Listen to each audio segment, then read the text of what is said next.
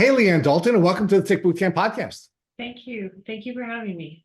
And I'm really excited to have you for a whole host of reasons, the most important of which, quite frankly, is one of our favorite people happens to be your daughter, who's going to be a co-interviewee. But this interview is not going to be about Claire Dalton, because if folks want to learn about Claire, at least the young Claire from 2019, you can go to episode 41 of the Tick Bootcamp podcast, because Claire was one of our earliest guests. She has all grown up now, but we're still not going to revisit Claire's story, unless, of course, it does have some impact on the way that Leanne tells her story. So, Claire, welcome to the Tick Bootcamp podcast for like the 10th time. Thanks so much for having me, Rich. I'm so thrilled to be here. And I'm really glad that my mom feels ready to tell her story, because in our house, we joke that mom, her nickname is the real MD, and that stands for Mom Deluxe, because what happens when there's a threat to a mother's child? Well, she puts on her mama bear. And that's what happened when I got sick with Lyme disease. Mom put on her mama bear, and she did everything she could to get me and herself well. So I'm really thrilled to be here and really thrilled to be able to share mom's story. Well, thank you. So, Mom Deluxe. All right. So I now even know your nickname, and we're just newly friends. So Leanne, why don't you say hi to the folks and give them a little background? Meaning, why don't you share with folks where you grew up and a little bit about your current situation. Okay.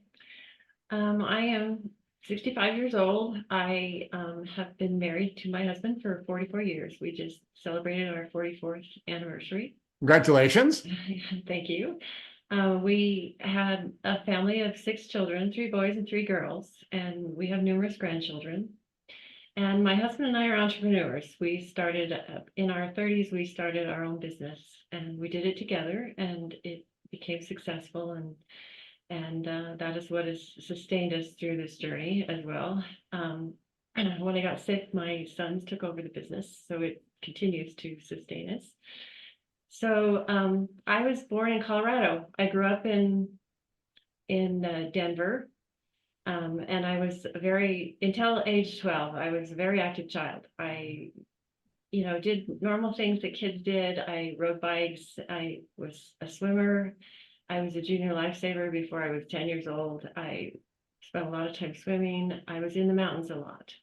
And the reason for that was because in 1920, my grandfather had bought some cabins up above Boulder, Colorado. And originally he bought them because he was the dean of Colorado University's medical school. And so he was the head of their research department, doing animal research at Colorado University. So originally bought the cabins as a way to get away.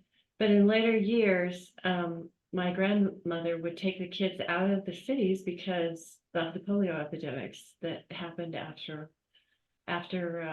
World War One. So she would go up and they'd spend all their summers. So my dad and his siblings spent all their summers up there. And then that continued as a tradition in our family. And that's where the ticks came in. So All right. So you have family members who were active in the academic community, yes, academic professionals, and use some of their money to buy some property as a getaway and to maybe isolate a little bit from the polio epidemic. right.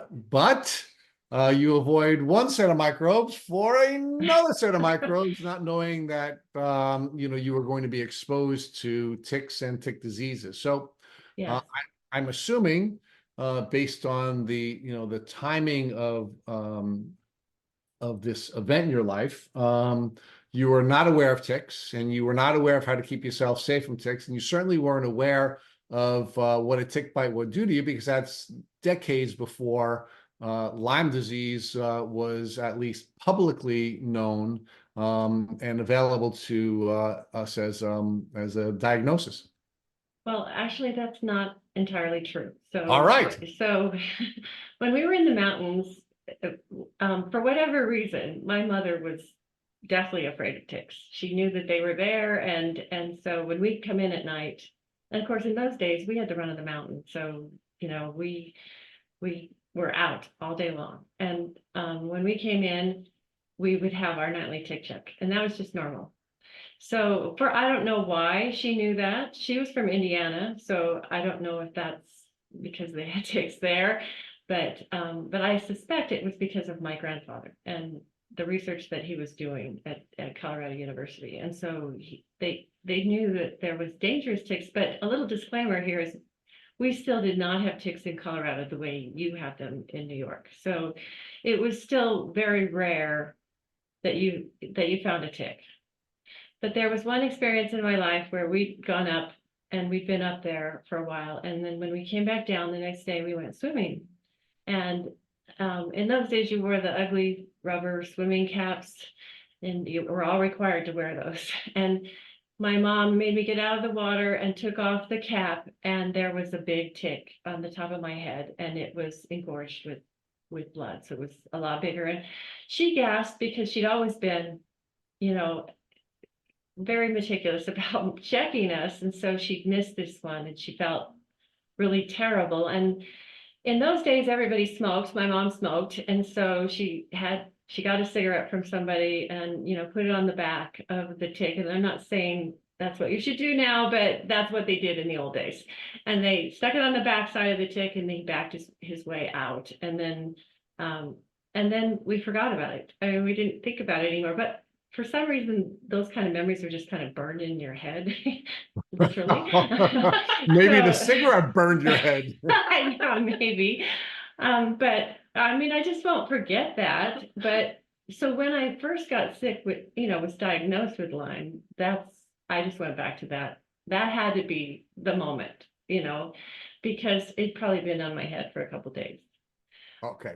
So I want to visit some of this in a little bit more detail, because I'm intrigued first about your grandfather, who was a medical researcher, and what kind of research was he doing, and why was everybody so concerned about ticks long before Lyme disease had been allegedly discovered by Dr. Bergdorfer? Well, there's a PubMed article that tells you that by 1930, that Colorado tick fever, they knew that ticks carried diseases in the Rocky Mountain states, which is interesting because, when I got Lyme disease, we're told that there is no Lyme disease in our state, but by 1930, they knew that there was Colorado tick fever. But by 1944, which was when my grandfather was the dean of that school, they were actually doing experimental type research where they actually were infecting people, volunteers, they said, with Colorado tick fever. For whatever reason, I guess if they already knew that there was Colorado tick fever in the ticks, I don't know why they were experimentally giving them to people, but they were doing those kind of experiments. So, and the universities, my grandfather was connected to Yale. He was a Yale graduate, and he was the head of the research department since 1916. So they were doing a lot of different kind of experiments. And I'm not even sure exactly what they were doing, but my grandfather did die of an illness that was a mysterious illness that had a lot of Lyme symptoms. Like by the time he was in his 70s, he couldn't walk. He couldn't walk very well. He would have to sit. He was very light sensitive. So as a little girl, I remember sitting in the parlor with him, and it had to be dark. It was always dark, and there were just a lot of things, and nobody would ever talk about what grandfather died of. But he had divorced my grandmother during World War II, and so there was a lot of bad blood in the family, and so I didn't, I was little, I was under 10, so I didn't really know, what he was doing. But his parents and my grandmother's parents both came from Connecticut, and my great-grandparents, my great-grandfather was some of the original, he was one of the original people that built some of the homes in Lyme, Connecticut. And so my great-grandmother, because I have all her papers and all of her, even some of her journal, she had, by the time my grandmother was a young woman and having children of her own, she was pretty much bedridden with a very severe illness. And in the letters, they talk about how bad it was. She couldn't go to see her daughter have children. She couldn't go to her graduation. There was just, and they never knew what it was. And my great grandfather, as a child who had grown up in that area, had been, as a child, but had some paralysis, kind of polio type paralysis, and he'd been in a wheelchair. And they actually did for him, and he describes this, they did the Spanish fly blister treatment. And so they exposed you to being bitten by Spanish flies, which caused these awful blisters to come on your body, and then the blisters would pop, and then somehow that was the treatment for his paralysis. And I don't understand how that was the treatment, but he wrote about that in his journals, and how extremely painful it was and how difficult it was. So at the very least, my family was very into medicine. There were many doctors in that line, and they were all acquainted with the medicines that they were using at that time. And so, and then my own father's family, the siblings that grew up, my dad suffered from a sciatica, like I do, from Lyme. My dad had a tremor, but my dad was a smoker, and that's another part of the story down the road. But he had a tremor his whole life. He had trouble sleeping, and when he died of a septic joint, which is not unusual for people with Lyme disease either. But my dad, because he'd had a run-in with my father, would never go to the doctor. So the only thing my dad would do was get a flu shot, because in 1918, when the big flu epidemic occurred, my dad got very, very sick and almost died he was 2 in the flu epidemic. And that happened right after World War I. And so they continued to get flu shots through the years because of that fear of the flu. So his brother died of, he had epilepsy his whole life and had seizures his whole life, which was part of our journey too. Claire and I both had seizures, only he took epilepsy medicine. He was a doctor himself, so he took medications for that for years and years and years, and never really got over that. And then their other brother had chronic arthritis type symptoms. He would have, just like what I have, that he would have to take 3 hot showers a night just to make it. And he stayed up in the mountains. He was a mining engineer, and he was up in the high altitudes. And so he had a lot of inflammation from high altitudes. There's just so many connections to my family to. Yeah. So Leanne, I mean, I'm sure if Claire were talking with some of her friends, she would say, your family sounds very limey. Yeah. Yeah. Something like that. Yeah. Except I've lost a lot of my friends in this illness. Yeah. That's the minor problem there.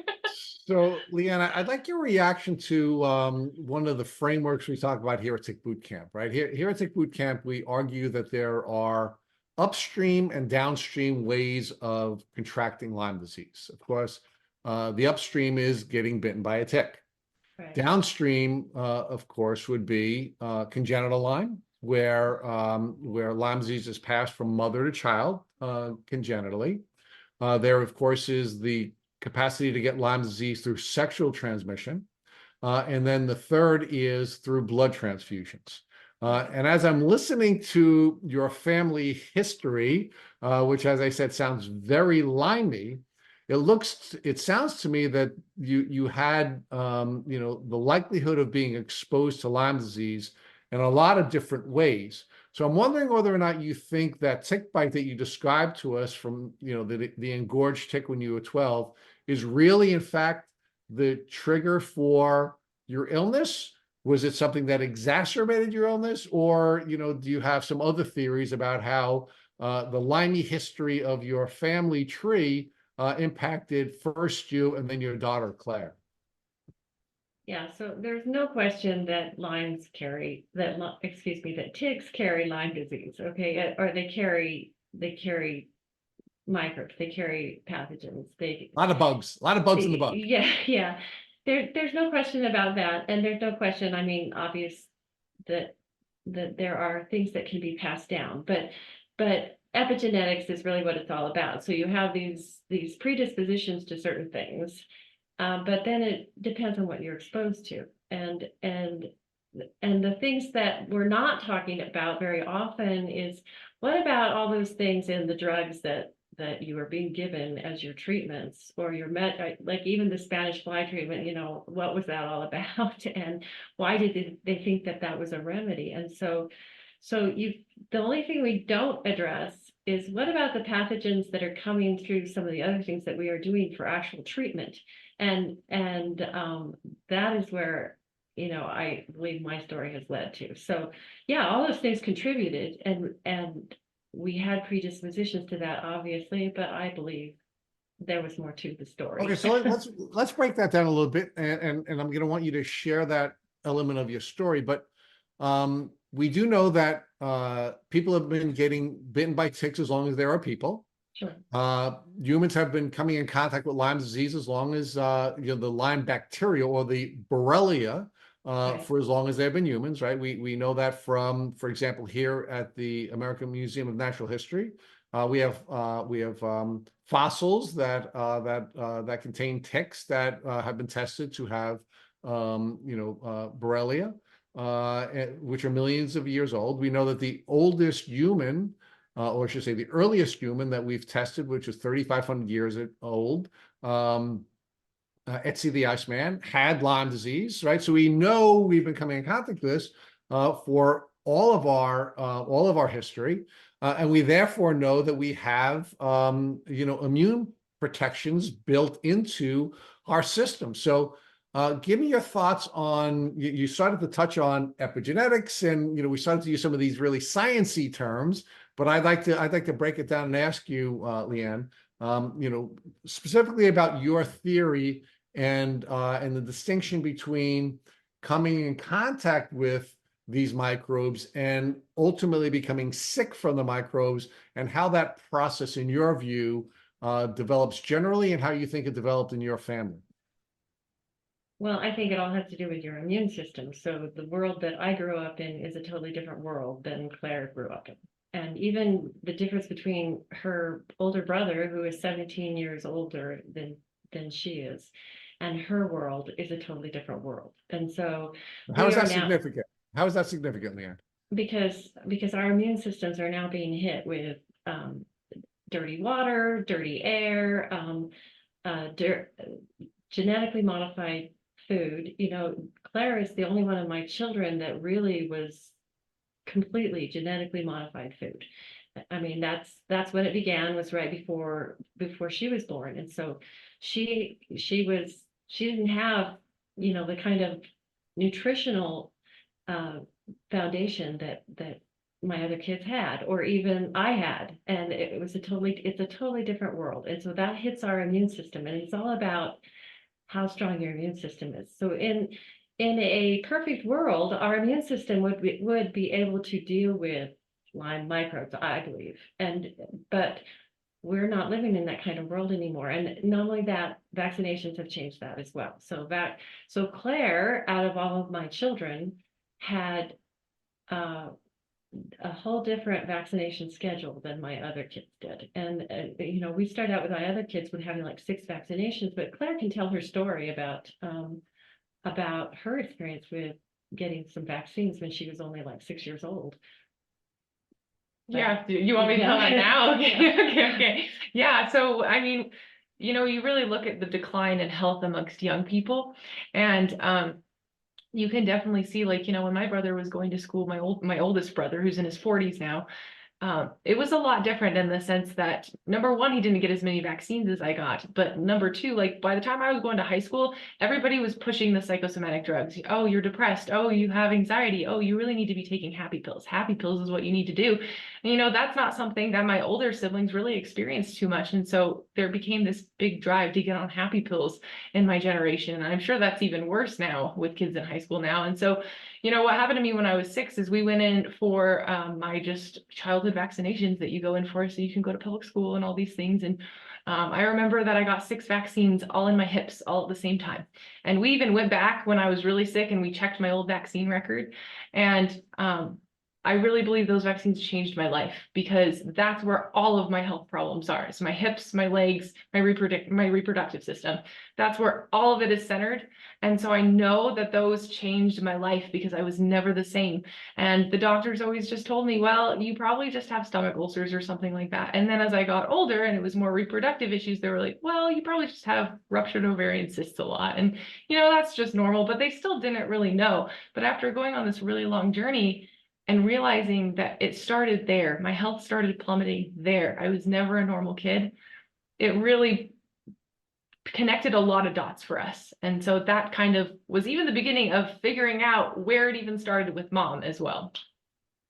Okay, so Leanne, let's talk a little bit more about this issue, because there really are, I think, some formulaic conversations we can have about what has happened over time, right? So your family sounds limey going back to the 20s, right? Right. And so even though we had less immunosuppressive chemicals and vaccinations and whole foods in our lives, your family was still getting sick, right? Yeah. They were. But something has changed, and so let's talk about that. So we here at Tick Boot Camp talk about risk all the time, and we use the General Stanley McChrystal formula for risk, which is, in this case, the risk of getting sick from Lyme disease or chronically ill from Lyme disease. Risk is defined as threat times vulnerability, right? So what is the threat and what is the vulnerability that's going to result in you ultimately becoming chronically ill? And I think we should talk about each prong separately, because I think you're touching on both, but I want to talk with you about both. So let's first talk about the threat, or the microbe or microbes that are going to be spit into you if you are bitten by a tick, or you ultimately become ill from a downstream contact with Lyme disease. And is it your opinion that the threat was just as great for your ancestors, your pre-World War II ancestors, as it is now for someone your daughter's age, both from the standpoint of the likelihood of being bitten by a tick and the likelihood of being bitten by a tick that will have microbes that will overwhelm her immune system? I don't believe that the way that you get the microbes from a tick is only through a tick bite. Okay, Anymore. I so don't believe that. So help us with that. okay, so let me just share what I believe my trigger was. Okay. So in 1971, my parents had moved from Colorado and we went up to northern Idaho. And in northern Idaho, we were in wooded areas too. The backyard was the forest. And it's beautiful. Northern Idaho is beautiful. But I actually do not remember ever encountering a tick in northern Idaho. So that doesn't mean they're not there. That wasn't a part of our worries or concerns when we lived up there. But in 1971, I went to school and I got a childhood shot. And it wasn't the first one that I'd gotten at school. In our day, they used to line you up at school and give you your childhood immunizations at school. And the worst ones of these were the injector guns. So they would give you a shot, and it had no needle. It was a gun. And just a little context for everybody here, these injector guns, they shoot this substance into your child's arm at 1200 PSI. So we own a monument company and we engrave headstones, so rock at 100 PSI. So to give you some context and some idea, they're shooting your children with this substance at 1200 PSI, which is a lot. And then we wonder why all these kids are crying in line as they're getting their injector gun shot. Yeah, and they used it not just for kids at schools, although I can't even find any evidence of that anymore, but I had several in that way. So they also used it in the military, and you would have to put the gun straight up to the person's arm, and you'd have to not flinch, but you'd be standing in line at school and all these kids are bawling. I mean, a lot of us are bawling because we don't want this. And then the person would tell you, now don't move, but they're blasting it into your arm at 1200 PSI and it makes a loud pop. And then this blood trickles down your arm, and then they wipe you up, and then the next person comes along. And in later years, they actually found out that there were military men that actually sued and found out that those injector guns were transmitting HIV, hepatitis C, hepatitis B. And the reason for that was because it would damage the tissue, and then basically, if they didn't clean up the gun right, and sometimes it would back up into the gun, then the next person got a nice dose of whatever the last person had. And they actually, won some of those trials that they proved that that was actually happening with the injector guns. They're actually talking about bringing the injector guns back. But we just wanted to let you know that was the barbarous practice that they were practicing at that time with little kids. And so I got this shot, and it was one of the first MMRs, and I had to go to an after-school activity over at the elementary school. I was in junior high by 6th grade. And when I was walking over there, I felt odd. I was starting to get dizzy. I was starting to lose my vision.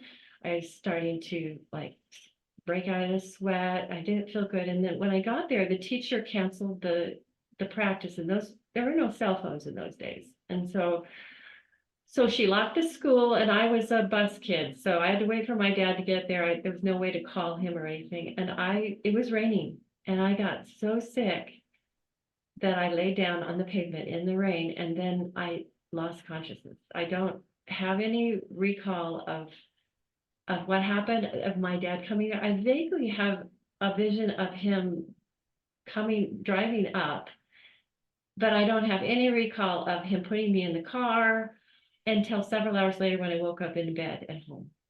And so I lost several hours of consciousness, and then I was truly sick with very much similar symptoms to what I had later with Lyme disease. So I had terrific night sweats, terrible, awful headaches, spinal pain, fever. I was just really, really sick. And we lived rural, and I don't even recall whether my parents even took me to a doctor, but I do recall one thing: nobody ever suggests that it was the shot. The conditioning starts there. Nobody tells you that it could possibly be the shot. Well, but Leanne, when you say it was the shot, what do you mean? What role did the shot play in your view in your illness? And was it if you were going to accept our definition of risk as being threat, time, vulnerability, are you arguing the shot made you more vulnerable to the illness?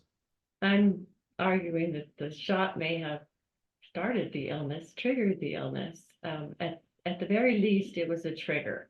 But trigger meaning what? Meaning, do you believe that the microbes that ultimately caused you to suffer from Lyme disease were shot into you by the shot? Or do you believe that the shot made you more vulnerable and immunocompromised, and therefore the microbes that were in you, for example, from the tick bite that you had in your head, ultimately took off and you got sick that way? Well, in later years, when you really start to find out, because nobody in those days even wrote down what you got. So, but now we know what is in some of those shots. So the excipients in the shot, we're talking about heavy metals. We're talking about, what they know about weaponized pathogens now. They know that Judy Megovitz has testified that there's Borrelia in the shots. So there are pathogens in the shots. There are excipients in the shots. There are all kinds of heavy metals, all kinds of other chemicals, and mercury is huge, especially in the flu shot. And so I have doctors that tell my friends, well, you're just allergic to mercury. Well, who's not allergic to mercury? That's a poison. It's a heavy metal. And so, was it the shot, or was it a combination of the shot with the Borrelia? Well, probably both. But at that point in my life, we didn't suspect anything, just that it was another illness. So share with us how your health declined over time up until the time you were diagnosed with Lyme disease. Yeah. So my life changed after that. So I'd been a really active kid, and then all of a sudden it was totally different. I could not I got sick easily, so I pick up everything that came along. I would pick up everything, and if somebody was sick or if something was going around, even at school, I would get it, and I'd get it 5 times worse than everybody else. And up until that point, I'd never really gotten sick that easily. I couldn't be as active because I had muscle pain and joint pain all the time. Like you go to school and you do PE class, and PE class for girls at that time was awful. You do an hour of calisthenics, and then I would go home, and the next day I could barely walk. And my dad would go, "What are you? It's so terrible. How did they exercise you that hard?" And I would go back to school, and some of my friends, they'd be okay. But I would just suffer from severe muscle pain, joint pain. I had a trampoline. I could no longer jump on the trampoline because my neck hurt so bad all the time. And so, and then over life, we kind of just accepted it, but people start thinking, well, because you go to the doctor. I was hospitalized numerous times. I'd get sick and then I would be put in the hospital, and then they'd say, oh, there's nothing. Your blood tests all look fine. You're fine. It's nothing. And so pretty soon people start to think that like you are faking it or you're just wanting attention because they can't find anything in their blood tests at all. And so that was how life changed for me. And I just got used to living that way. You just get used to, okay, life is just like this for me. And so I just have to go with it. And then when I got married, I got sick the night before I got married. Anytime there was high stress, I would get sick. And so like I got sick during college exams, I'd get sick. I got sick before we got married. And that's the joke with my husband. My husband always said, well, I don't never wanted to marry a sick girl. Only on our honeymoon, we couldn't go skiing because I got sick. And so then I came home and I went to the doctor, and the doctor said, well, you kind of have a measles, like you had this rash. It's like measles. You look like measles. And I said, well, how would I get measles? But I got over it after a while, and I just kind of muddled through for about, well, at least through my first 4 children. I muddled through and I did okay. So Leanne, But let me ask you a question. One of the things that we hear almost uniformly from the young women that we interview is that the first concern they have is whether or not they can have children. yeah. When you were going through your life as a young person, managing all these illnesses, did you have concerns about whether or not you could have children and or have healthy children? No, that was never, I didn't have issues that way. I did have issues with my periods, my reproductive, your monthly periods. That finally later down the road when I got a hysterectomy, and that was because of Lyme too. The doctor said, well, you didn't tell me you had endometriosis. And he said, you didn't tell me you had painful periods, because they do a biopsy of what they take out. And I said, well, I just thought that was normal. I just thought everybody suffered like that. Everybody that was a normal thing. And so yeah, but as far as having children, no, I didn't have any troubles. But until my 5th and 6th child. So that's when things started to really change for me. And actually I have to tell this part of my story. So in 1986, I had my 4th child, and I had a dream.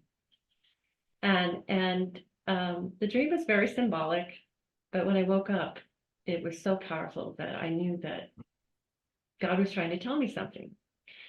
And I won't share all of the dream, but basically he was trying to tell me that life was going to change, that I would be tested, that the power to heal would be given back to me at some time. The journey would end at some time, and he would kind of give me signposts along the way. He'd help me along the way, but the life was going to be very, very different. And later in years, it wasn't until 30 years later that I actually kind of started to put together the dream. And that had a lot to do with Chris Newby's book and all kinds of other things. But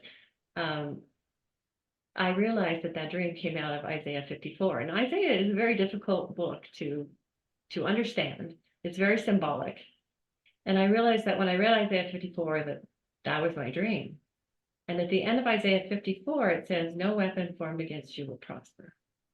And every time that shall revile against you, thou shalt condemn. That's the heritage of the servants of the Lord. And so I didn't really understand it. It's kind of like Joseph's dream. I didn't really understand what he was trying to tell me, but I knew it was really significant, and I didn't understand what the weapon was. But at that point in my life, that's when things started to change in my life. Okay, now when you say change for the positive, because you now had an understanding of your journey, or change for the negative because you didn't properly interpret the dream and understand the journey? I mean, what do you mean change? No, that's when things started to get hard. That's when things really began to change. So the first thing that happened was my mom got diagnosed with cancer. My mom got cancer because she took hormone therapy that was made with horse urine. That was the original hormone therapy. And years later, they found out that caused many reproductive cancers in women. And my mom got ovarian cancer, and she lived for 2 years and went through very difficult things. And then a couple years later, my dad actually went through a Lyme-like illness. He had a septic joint, and it was so painful and so awful. And they pulled fluid out, but just like with Lyme, they couldn't see any microbes or anything. But he eventually died from that. And that was a big trauma for me, because actually when my mom died, I was pregnant with my 5th child, and she died the week after she was born. And so it was a huge trauma. And as all of us who have Lyme disease know, traumas can also be big triggers for this. So for me, it was kind of relapsing and remitting most of my life. Like, I'd get a flare, then I'd get better, and then I'd have another flare. And so after that, my health started to plummet. So I hadn't had Colin, I hadn't had my third son, and I hadn't had Claire yet. And I was pregnant with my 3rd son when my mom died. I mean, your 5th. No, my 5th child. Yeah. My third Okay. son. Yeah. Okay. Yeah. You got it. And he was born, and then my husband had a dream. So my husband had a dream, and he dreamed that there was still one more child. And so I was like, really? I mean, I don't feel good. And do we really have to do this again? Is this really right? Is this really what God wants? But he had a dream and saw this beautiful young woman with dark hair that was like, Dad, don't let Mom not. I gotta come down. So I, because my husband and I, we have worked together so well over the 44 years, and I trusted him. So I thought, okay, I'd lost my mom. I wasn't feeling very good, but we'll do this one more time. And in my husband's dream, he had this dream that this child would someday be with us and would help us and help us through this great trial that we would have to go through. And he saw what she looked like, and that she had darker hair, and that was unusual because all my kids were blonde except Claire. So he saw exactly what she looked like. And so I said, okay, all right, well, let's try one more. And so after my dad died, we had one more. And Claire was not a healthy child. So, to your point about, can this be transmitted? Yeah, I think it can, because, but was that everything, or was she triggered by, those immunizations? And so let's walk that back. So first of all, thank God you had child number 6, because we wouldn't have that's right. we wouldn't have your co-interviewee and my often co-host Claire with us, right? So We joke in our family that if it wasn't for Dad and his dream, Mom would have given me up for adoption. So we're really glad that Mom and Dad hung on to me for this long. yes, thank God.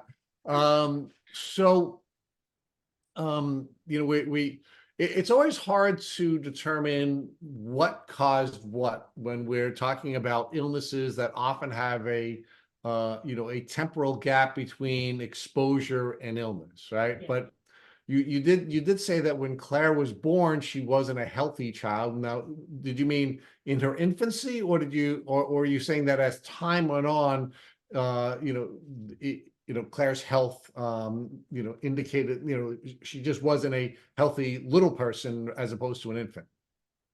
No, it was more that she was similar to me in that if there was an illness going around, she would pick it up easily. And we go to church and they'd have a nursery at church, and Claire every Sunday would get sick, and she would just get sick so easily. So Well, and we were talking about this the other day too, that I was like raised on that pink stuff that is antibiotics for kids. I Yes. remember that being a normal part of my life, always taking that pink stuff every Me too. morning. Yeah.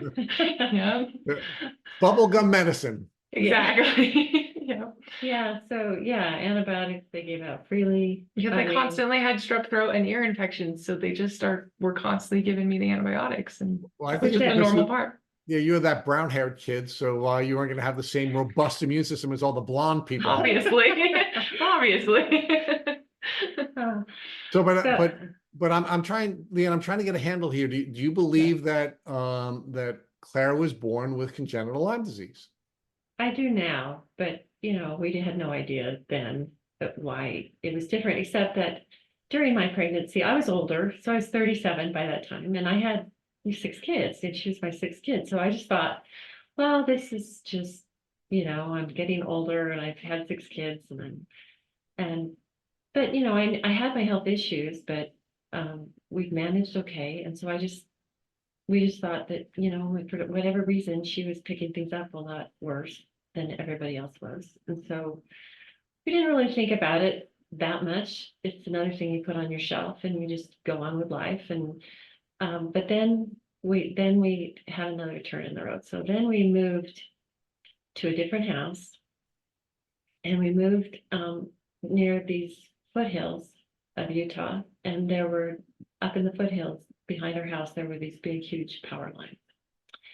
And they were actually building a bike park underneath these power lines. So there were kids in this bike park riding their bikes and jumping on jumps and doing all those kind of things all the time. And we were foolish. We were really actually stupid, I think, because everybody said, "Oh, it's no big deal. It's okay. There's nothing wrong with that." And but that's when things changed. And I just have to tell you that this area that we lived in Utah is not that far from Dugway, where Chris Newby talks about the things that were dropped on Dugway and the killing of the sheep. She talked about all of that in her book and so forth. And this is an area that is very close to that area, and our health just really began to plummet. My health and Claire's began to plummet. Well, and there was a lot of things at play for this too, because not only were we living in front of really high intensity power lines, but we were also living in a neighborhood that was not the healthiest neighborhood for us. And we were undergoing a lot of persecution, might I say, from the people in our church. My dad was serving as a bishop at the time. And so we were undergoing a lot of emotional stress, like very intense emotional stress. And that coupled with the high intensity power lines, mom went down really hard. And that was, I think, our first really big scare of realizing mom's not going to get better this time. Okay, so Yeah. Claire, let's talk about that again. I want to bring you back to the risk formula, because if risk is defined as threat times vulnerability, you move to a place where you are going to be more vulnerable to illness because of the EMFs that you were living with. Yeah. You were more vulnerable to becoming ill because you were living in a very stressful environment. And it sounds like you had a greater threat of getting sick, because as Leanne was just suggesting, you are now living in an area where there were weaponized ticks that have been, that have since, been identified as having a more viral form of the bacteria that had traditionally been in the tick. So, as you know, Leanne, as you're beginning to define this for me, I'm just wincing because I see the train coming down the tracks Yeah. and Leanne getting run over The perfect because storm. both elements of the risk formula were there, where Yeah. you were substantially more vulnerable to the illness because you were going to be immunocompromised, and you had a substantially greater threat of coming in contact with a microbe that was designed to make you sick. Yeah, and to your point about the area, so Utah began to be defined as one of the capitals of MS at that time, and there were several women in our neighborhood that either had been diagnosed with MS or they were not doing well living along that corridor there, and so at age 49, I got really sick. I got so sick that they put me in the hospital. And I was there about a week, and every day I got worse. And it's the same thing, the night sweats, the fevers, the intense pain, but also this weird way that people in the hospitals treat you. So I just have to tell you, in Utah, they tell you that there is no such thing as Lyme disease. And they're in the hospitals, they don't treat you very nice. I mean, I haven't been in one for at least 5 or 6 years, 7 or 8 years, I'm sure. In a minute. Yeah, but during those times, even in that area, I lived in a city called Lehigh, and you'd go into the hospitals and they would laugh and joke and say, "Oh, we call that Lehigh disease because you guys think you're sick, but it's not really a sickness." And so you're in the hospital and you're so sick you can't really function, and they're treating you like you have some mental disorder, and even though you have obvious symptoms of that you're really declining. In fact, the doctor would come in every day and say, "You're getting worse. I don't know what's wrong." And then I developed hospital pneumonia. And so at that point, my husband went home to Claire and my son and got them ready because he didn't think I was going to make it through that. He thought he was going to go. And Sorry. that was really hard. So, And So at Leanne, that can I- point in time too, Lyme disease was not on the table. We didn't know Lyme disease was a thing. We didn't know it could have had that. I believe you were also diagnosed with mono. Is that right, Mom? yeah, well, that's the only thing they could figure Yeah. out. It's Epstein-Barr and the monospot test. Yeah. So there was no idea that this could possibly be Lyme disease. We were going in this completely blind to everything that we learned along the way. And so we just had no idea what was happening at the time. So what year was this, Leanne? Was it after Bergdorfer released his alleged discovery of the Lyme bacteria, or was this before that? It was about let's see, I was 48, so we had. Oh, if you were 48, it's after. It was- yeah. It was after Bergdorfer, but it was before Chris Newby had released her book. She hadn't released her Yeah. book yet.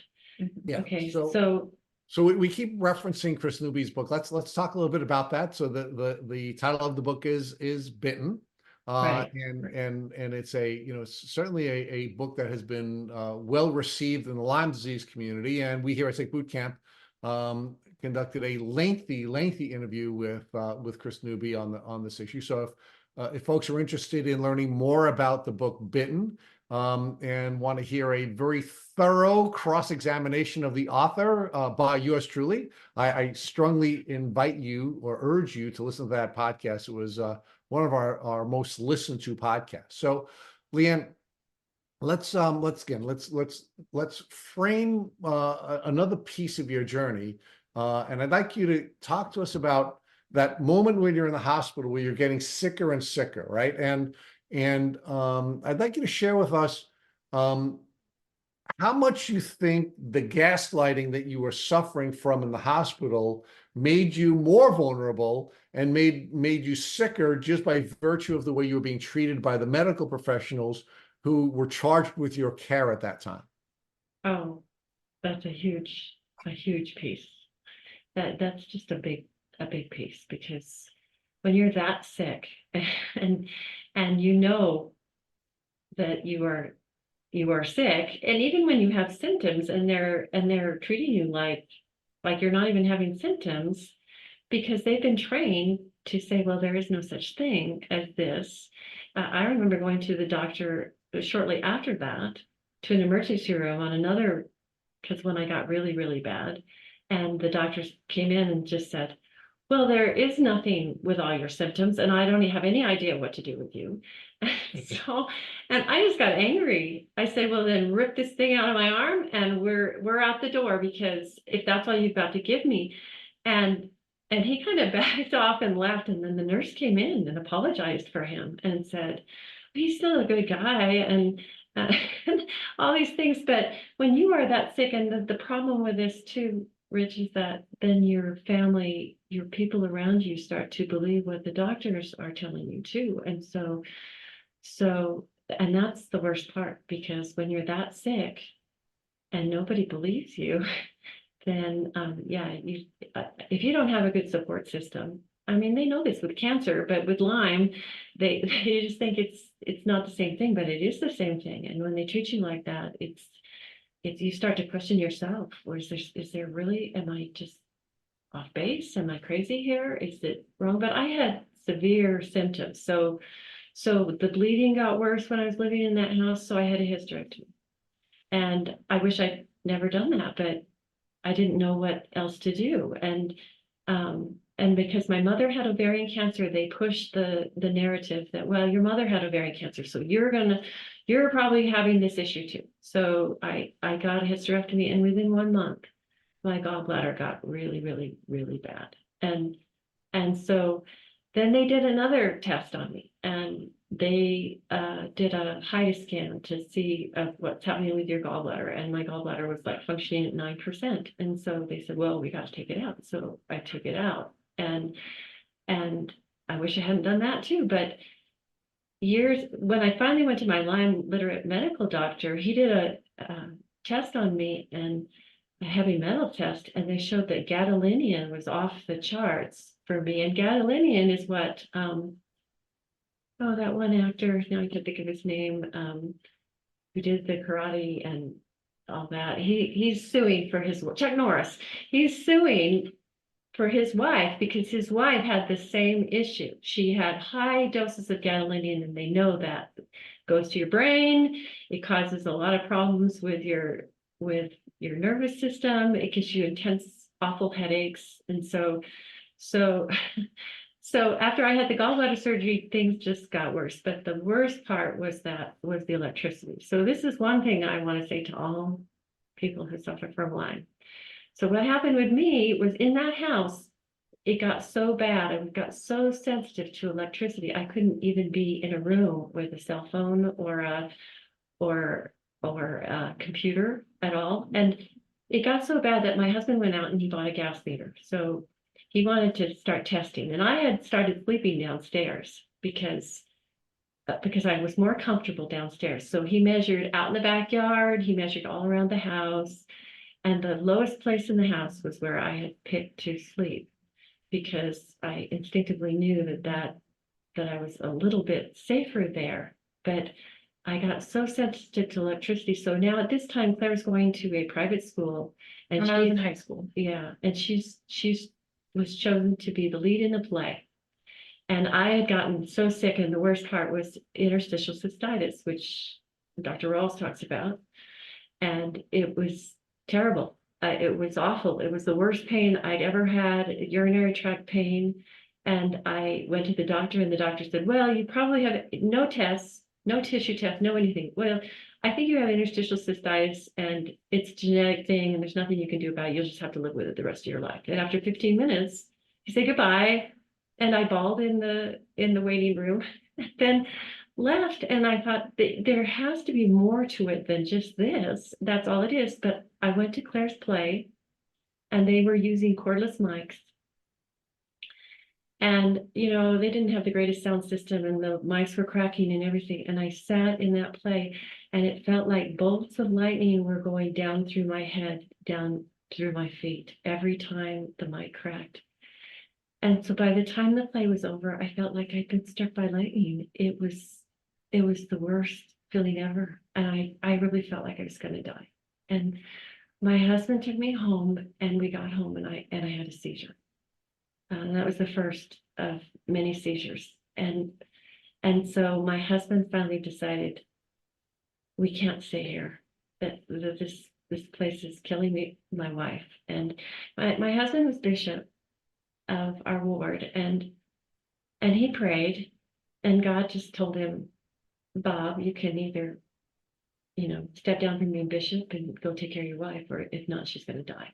And he, thank goodness, decided to step down and take me out of there. And we actually left our house in the middle of the night because it got so bad. So I went to live with some of my kids for a short while. And then things got just so much worse. And then I spent a lot of time went to a naturopath, and he gave me apple pectin to drink, but that was the only thing he could do for me. I went to I got into an MS doctor. I finally got into an MS doctor. Oh, but before this, they diagnosed me with hepatitis C. So they did a blood test, and they said, you have hepatitis C. And then it was over Christmas. And so, like Chris Newby talked about, it just takes forever to get into these doctors. So you think you're dying and nobody can take you. And so, and nobody, once they told me that, nobody wanted to be around me. So I think I have hepatitis C, and I go in, and the gastro guy says, no, you don't have hepatitis C, but you have something autoimmune.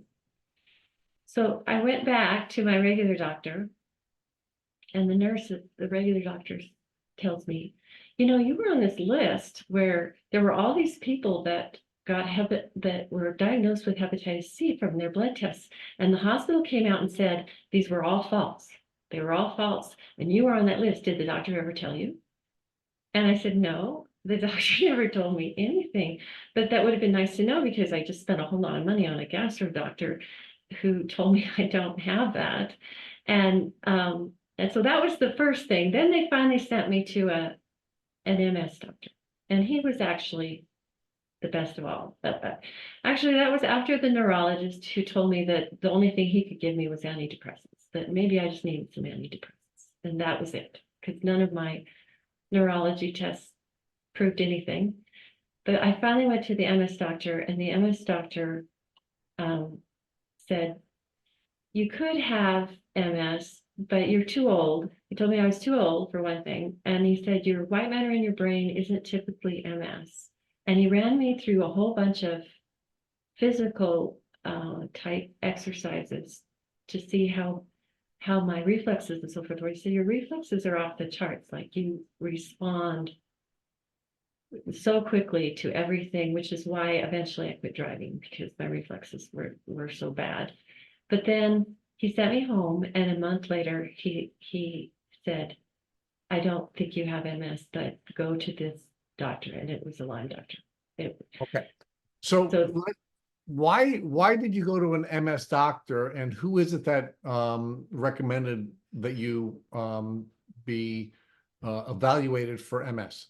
That was my general practitioner who said, let's try, after the neurologist, he said, let's try to send you to an MS doctor and see what he says. So that's why. And out of all the doctors, he was in Salt Lake, and out of all the doctors, he was the most helpful.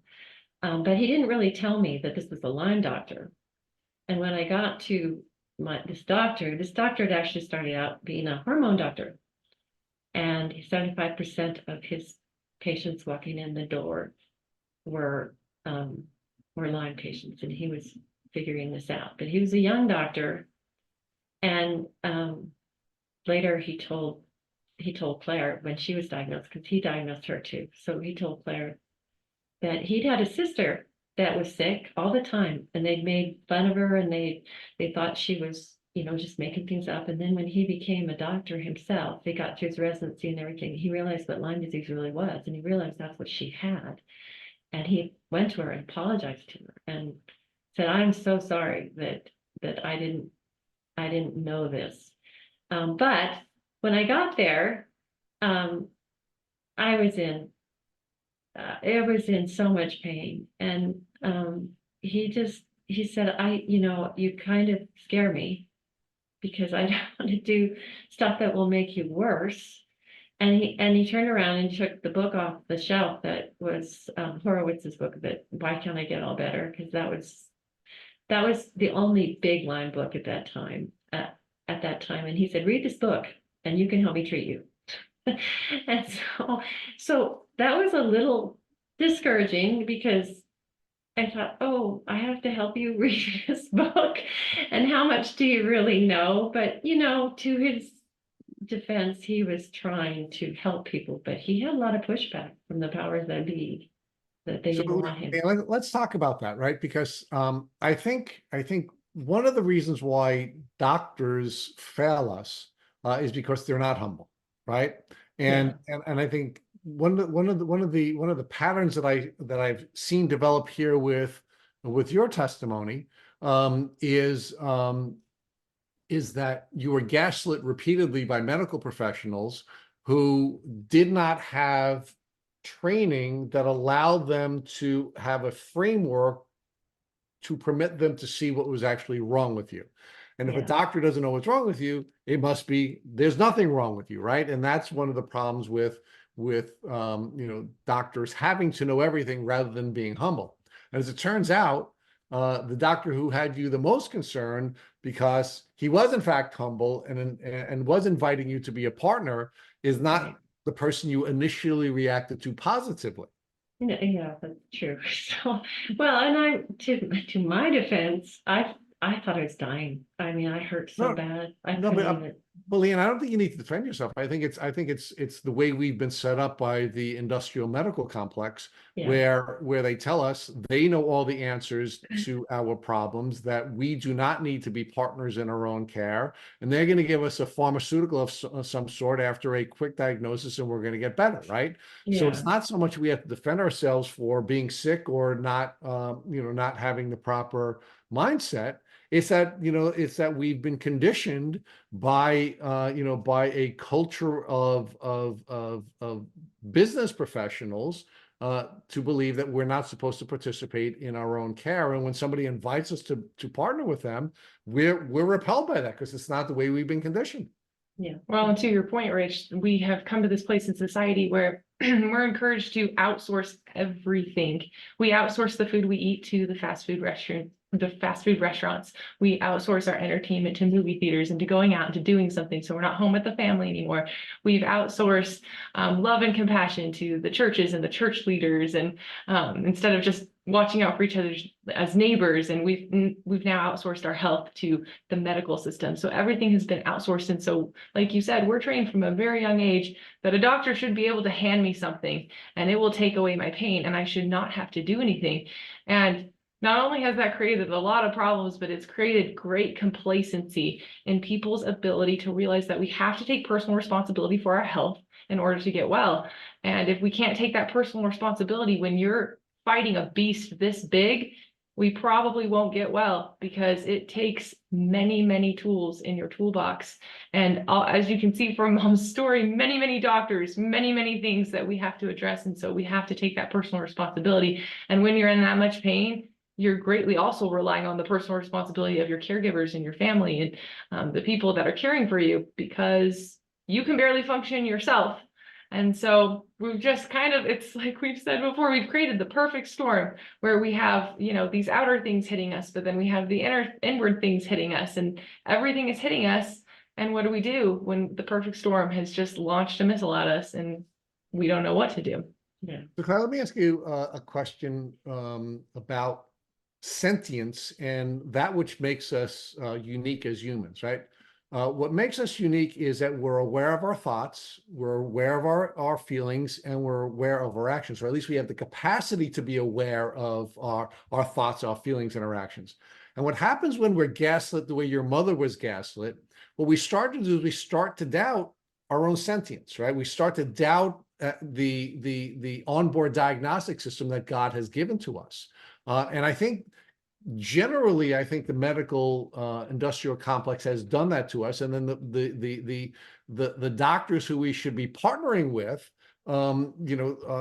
further remove from us our sentience. So give me your thoughts, Claire, on how that makes us more vulnerable and more likely to become chronically ill. And then, Leanne, I'd love your reaction to that as well. Yeah, so the emotions play a massive role in our ability to get better.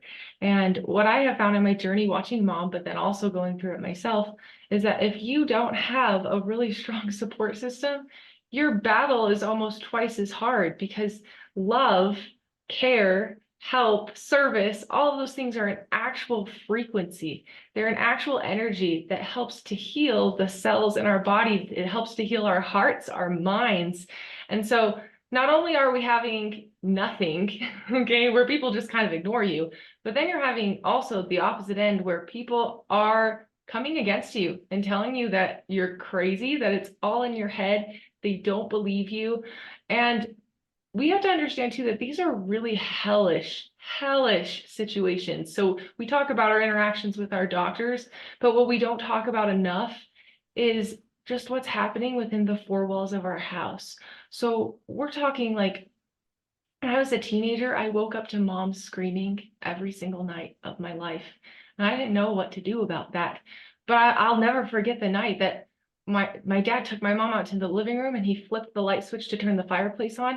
And that electrical spark hit my mom so hard that it sent her to the ground and she screamed blood curdling screams. And I woke up to blood curdling screams, ran out to the living room to find my mom having a seizure and just screaming in this intense amount of pain.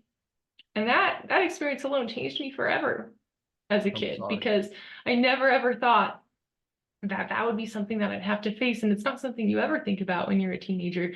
But these are really hellish experiences where we're talking about screams and tears and just wondering, are you going to live tomorrow? Am I going to come home from school and my dad's going to tell me that my mom's not here anymore? And I look back and I think, how did I even get through any of that? These are very hellish situations. So then to have people, whether that's doctors or people in your religious community or your neighbors or your friends or your family. And if you're like us, we were hit by all of those people telling us that they didn't believe us or they just abandoned us completely, which Well, basically means that they don't believe us. And that made it a very difficult situation for us to get well because for a while it was just me and mom and dad fighting the good fight and we were all sick. And there were some nights I was like, God, are we just gonna die in this house and like nobody will even find our bodies for like years because no one cares? It really messes with your mind. And I really believe because I've experienced the opposite, that if there were people to just love us and to help us and to see that they care, that would have made our healing journey a lot better. And that goes for all of them, doctors, medical people, religious people, friends, neighbors. We really need to make space for these people because that will help us in our healing journey. But Claire, isn't it really just the doctors they're separating us from ourselves when they gaslight us, right? We're separated from our sentience or our understanding or of our thoughts, feelings, and actions, but also separating us from each other because they start to create doubt in the minds of the people who should be loving you up. Yeah. But they don't know how to love you up because they certainly don't want to, they certainly don't want to enable someone who needs a different type of assistance not to get that assistance. And then we end up being separated from people in our own family and the people in our church communities who don't know how to help us because the doctors are saying that it's not what it is. Yeah. Yeah, that's a big issue, but it's also the other problem too, where they almost don't want to interfere with the doctors. They think that is the role of the medical system.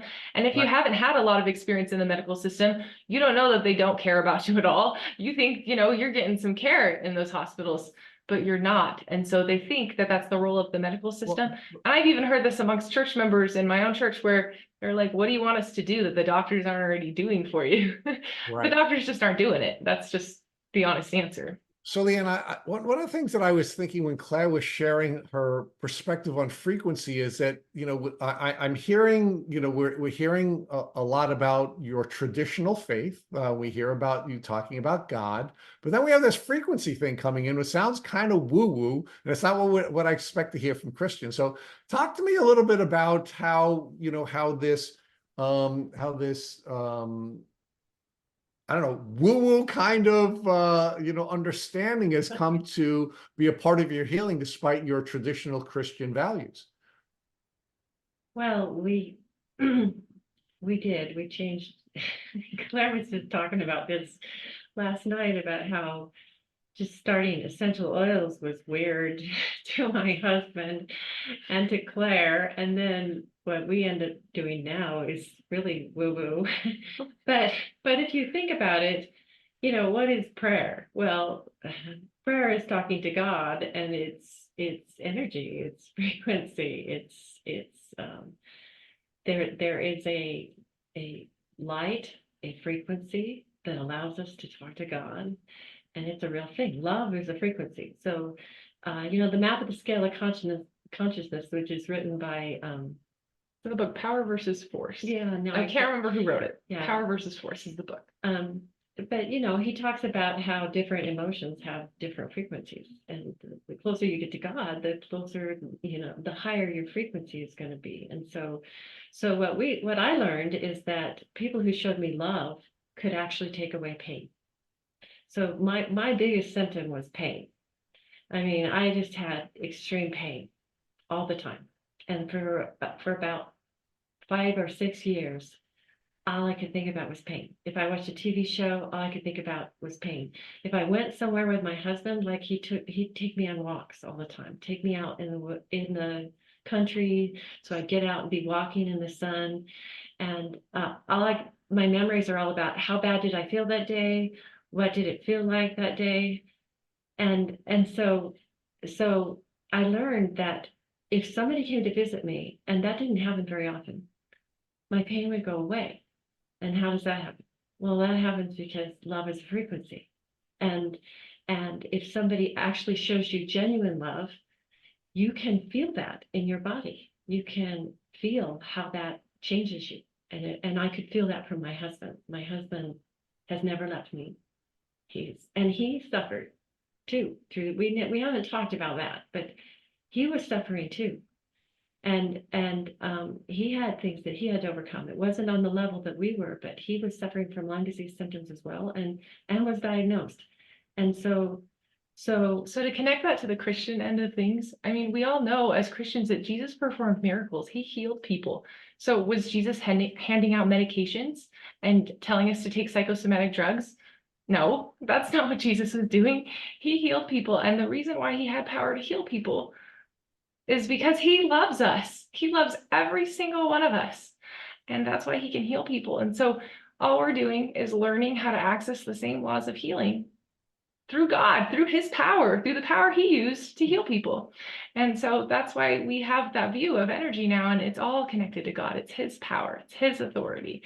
And that's really changed our healing journey, to be able to learn that. Because honestly, how did we pull through? The three of us, me, my dad, and my mom, we loved each other. There are moments in Lyme disease that you don't know what to do. We've tried every single protocol we could. We've tried, you know, and the pain just doesn't stop. So what do? Well, we love each other and we pray really hard until the pain stops. Sometimes that is the only thing that worked for us. And it's a miracle, but it's the healing power of God is what we really believe. All right. So let's get to the diagnosis, Leanne, because we've heard about all of the pain and all the suffering and all the challenges that you had. But of course, I'm now looking at two very healthy women. So first, talk to us about how you were diagnosed, how the rest of your family was diagnosed, and then what steps did you take on your healing journey to get from where you were to where you are? Okay, so the Lyme doctor that I talked to you about, that was new but humble, he basically, well, the first thing he did was he took 26 vials of blood from all of us. First me, and I felt like a vampire had just drained me, but he tested for everything. He tested for, all kinds of co-infections, all kinds of things, and it came back. And these were things that I had no idea what these things were.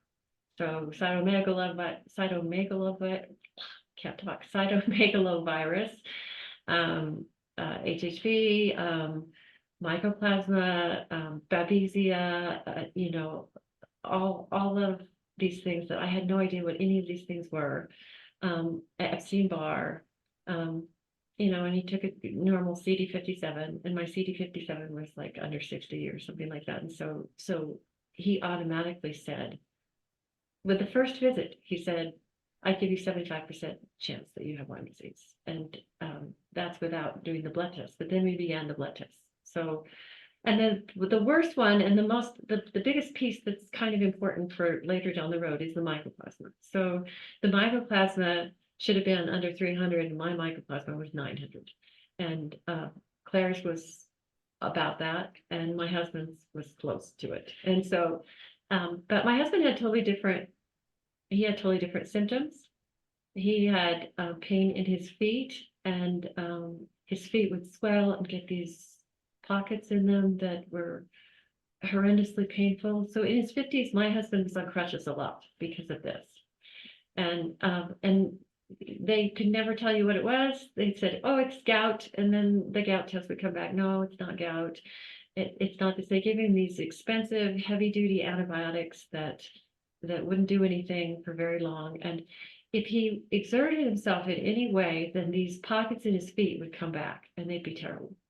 So at that point, we all got, well, Claire didn't get tested yet. My husband and I got tested. So we did the Western blot.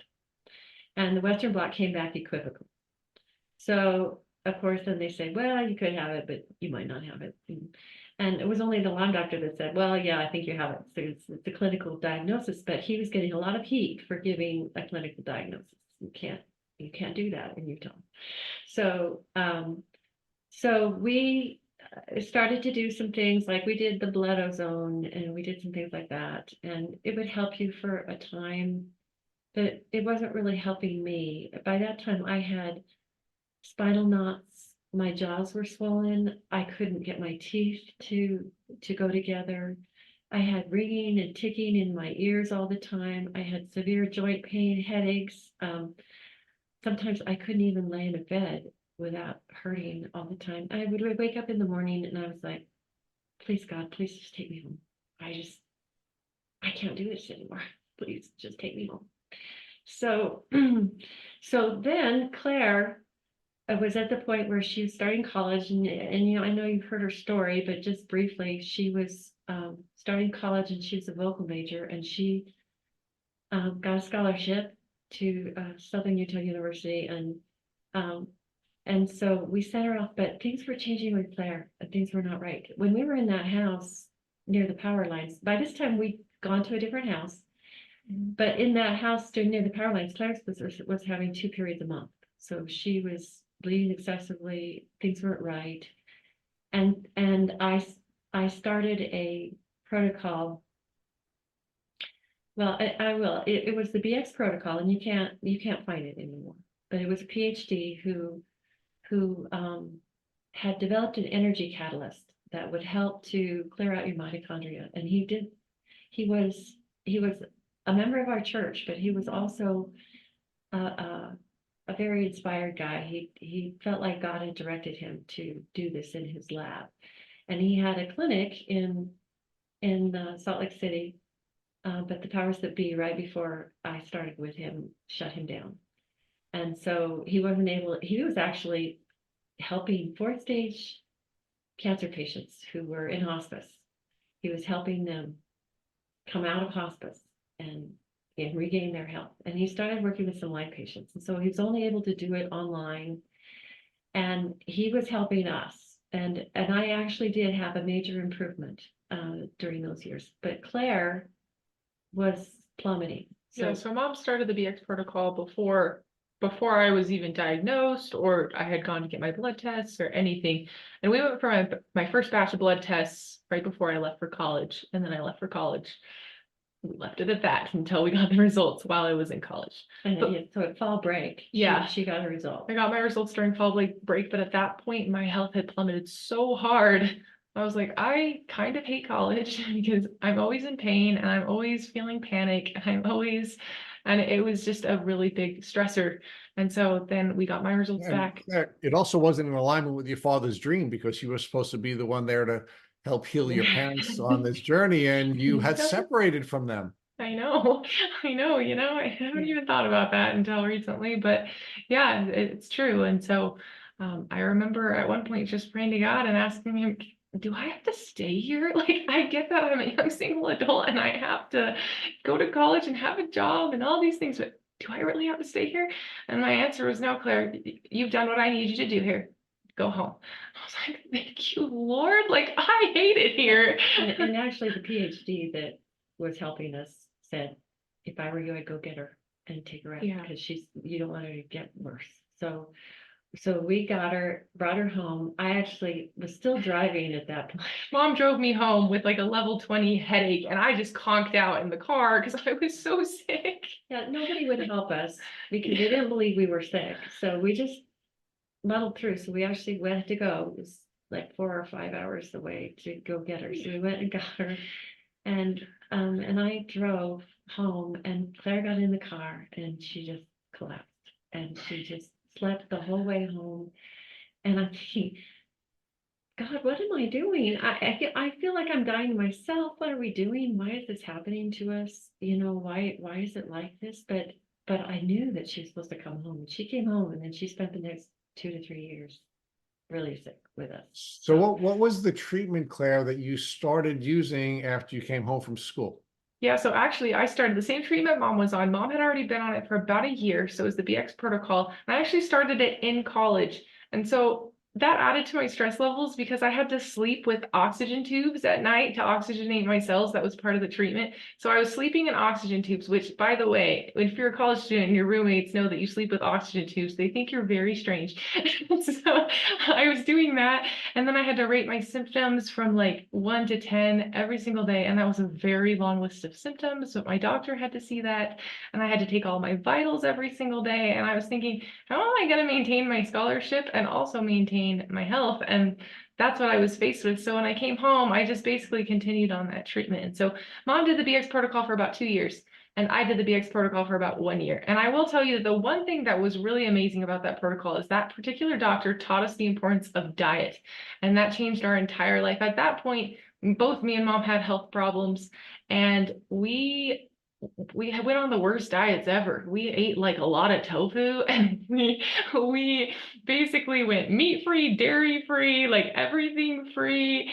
And I was raised on sugar. So that was like a trauma for me. Like, I can't eat anything all of a sudden. Like, what? But that doctor taught us how to do diet and how to do it correctly. And he taught us the importance of eating organic. And yeah, I did have to give up everything except like lettuce at one point. But as we slowly were able to introduce things back, that was one of the things that we got our ability to eat back, which was incredible. And so that protocol really helped us to help to train us the beginnings of our diet journey. It also taught us, in order to be on the BX, you had to get off of all your meds. So we got off all our meds. Yeah, that was the other thing. That's the number one thing for us. Which was huge for us. I was raised on antibiotics. I was raised on medication. Mom, our first pill dump was all those orange bottles, and it was tons of orange bottles of pain meds and antibiotics and thyroid medication. Yep, thyroid medication. We just got off all of it. We were done. It was making Mom especially a lot worse because she was on a lot of it. And so we just dumped it and we were done. And I made a conscious decision. I wasn't going back. I wasn't going to take anything over the counter anymore. I wasn't going to take any of that. It was like God said, no more. Don't take that anymore. So we got off that. But the one thing the BX didn't do is it wasn't teaching us anything about detox. So our Herxheimers were like through the roof awful. Like, I got sicker when I came home from college because the Herxheimers were so intense that I could barely stand up, like just to walk to the bathroom or to the refrigerator. Like, it was awful. Yeah. So Claire, because we have a diverse group of people that listen to this podcast, some people who are new to the Lyme community and some people who are more familiar with the Lyme community, I always like to walk it back and go through some definitions for folks. So let's first talk about herxing. What is herxing, and what were the herxes like when each of you were dealing with your Herxheimer reactions? Yeah, so herxing is as you are killing the Lyme bacteria in your system, that's a painful process. So similar to when you're doing chemotherapy, and people who have cancer and they're doing chemo, they experience intense pain while they're doing the treatment therapy. So it's very similar with Lyme. As you're killing the Lyme bacteria and detoxing it out of your system, it can be very, very painful. And so if you kill the Lyme too quickly and you're not doing anything to detox and to get your channels up and going, which we didn't understand that at all, you can have very intense Herxheimer reactions. All right. So So one of the things you were talking about before is that you were toxic, right? I mean, and that's yes. why your immune system was not functioning. And then what's happening now is as you have this die-off from killing the microbes, you're becoming more toxic. And because you're becoming more toxic, your immune system doesn't only know to attack living organisms, it will also attack the remnants of a former living organism. And so between the toxicity and your immune system, which of course we know is compromised from the microbes that it's fighting, you're just getting sicker and sicker, right? So how did you all deal with that? And was that a part of the protocol that you were using, the detox element of your protocol? No, that's the one thing that they weren't really great at teaching us about detox. And so that's why Claire said we were herxing all the time without really understanding that you have to get your filters open. You gotta know what detox really is. And we really didn't understand that at that Which point. for the people who, aren't unfamiliar with what it means when your channels are open, that means you have to be going to the bathroom every single day, twice a day. It means you have to be sweating on a regular basis. Sweat is a huge way to detox out of our skin. Making sure we're eating healthy, drinking green juice. These things are all things that can help to curb Herxheimer's, but we had no idea. When I was in high school and I took PE class, I couldn't sweat. I never would sweat. I could run a mile and I wouldn't sweat. And all the girls in my class would be like, that's so cool that you never sweat. No, that was the worst thing ever. I could never sweat. It's because I was so toxic. And we had no idea at this particular point in our journey that we were supposed to have our channels open. So And so that just, is it your belief that it's important before you begin a kill protocol that you get your detox channels open again? And we can be blunt about it. There's never too much information on Tick Boot Camp, right? You have to pee, you have to poop, you have to sweat, right? And you have to, and there are a lot of different ways of doing that. But part of what you also have to do, because it's not just your vascular system that has to detox. And the good news is we have a heart, so we're pumping those microbes through. But we have another system, Claire, that we have to make sure they're detoxing. Without movement, it's very difficult to do that. So why don't you talk about that? yeah. So we have our lymphatic system as well that, we don't have our blood is pumped through our heart, right? And the lymphatic system doesn't have a pump. So you got to make sure that you are pumping your own lymphatic system in a sense. And so we laugh about this now because we did the dorkiest little exercises and we called it the 5-minute energy routine. And I hated it because I couldn't even do it. I was so sick that it's literally like, bringing your knee to your hand. Like it's literally like the silliest little exercises that I couldn't do. Or like we had a rebounder. And so mom would be like, I know you can't jump. So just kind of like shake on it because we were so sick. And we had to do all these little exercises. And I was like, why is this so hard? Like these little movements are impossible. And I didn't have any sense of balance. My energies were not crossing over correctly. I just was just a total mess. And so, but we had to do it. And mom made sure every day, even though she was sick too, that I got up, I did my 5-minute energy routine so that I could get my lymphatic system working. And we did it. It was just routine. We all did it together. Like every morning, we woke up in the morning, we ate really gross oatmeal for breakfast because that's all we could eat. We took like a handful of pills and then we would do our energy routine and then we would read the Bible. And that's what we did every morning. And then I would conk out and go to sleep for like the next 5 hours. And that was my life for like 2 years. All right, well, but let's talk about the importance of sleep as well, right? Because there's another Yeah. system, which is our neurological system also has to have a detox protocol.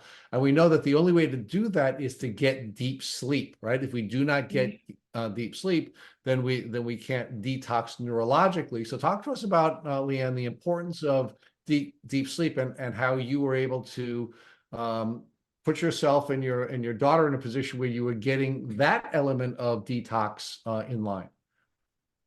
Okay, well, yeah, that was a big issue for me for the first year. In fact, there were months where I don't think I got more than 2 or 3 hours of sleep at night. And that was really hard for my husband because he's trying to be the caregiver and then you're not sleeping and he doesn't know what to do for you and he's totally exhausted himself and doesn't know what to do. So So yeah, so you have to, one of the things that you got to learn even about sleep is that both your brain and your liver need to detox too. So your liver is your biggest filter, and you could be having problems sleeping because your liver isn't filtering right. So one of my biggest symptoms was that my liver enzymes were off the charts at the beginning of this, which is a sign that your liver is backed up. And we didn't know anything about liver detox, so we started doing castor oil packs, and I still do castor oil packs. They're great.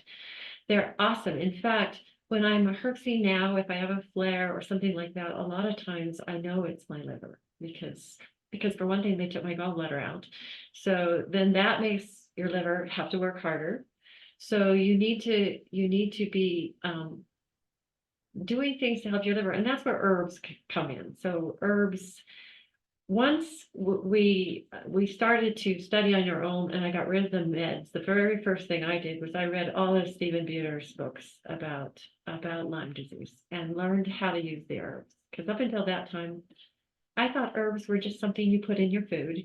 And, I had no idea that they were for your health. We just hadn't ever been taught that. And so once you learn, there are lots of herbs that are so good to help you with liver cleansing, with that kind of thing. And then like castor oil packs are great. Movement's important.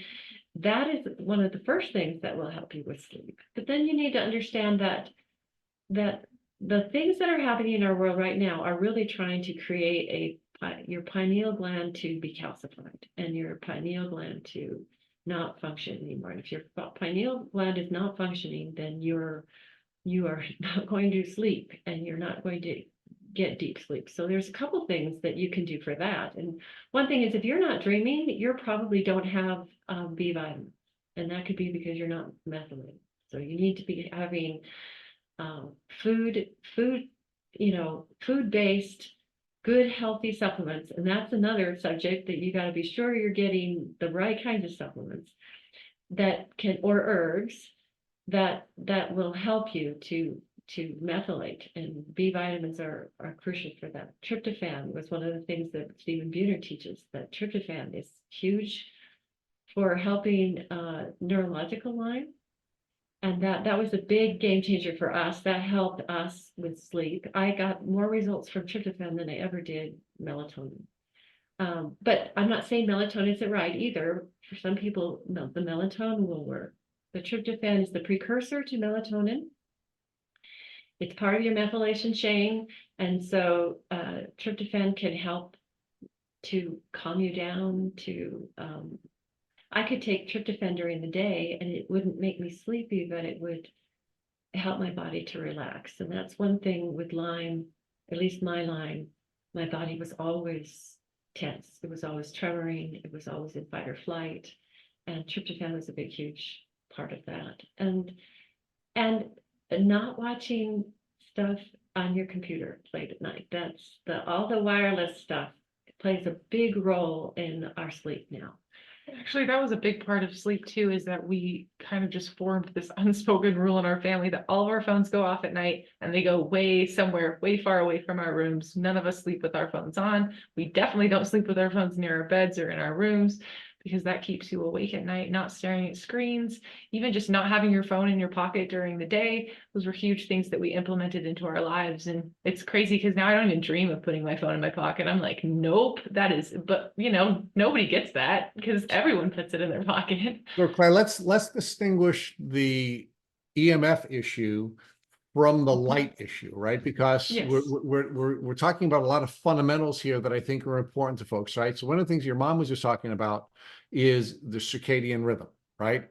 And one of the reasons why one of the things we need to be aware of as part of making sure we get deep sleep and making sure that we are getting sleep is that what triggers us to wake up is going to be light, right? And it's the blue yellow light distinction that's going to cause us to wake up. So it's very important for us to look at the sun coming up in the morning so that our circadian level rhythm is set.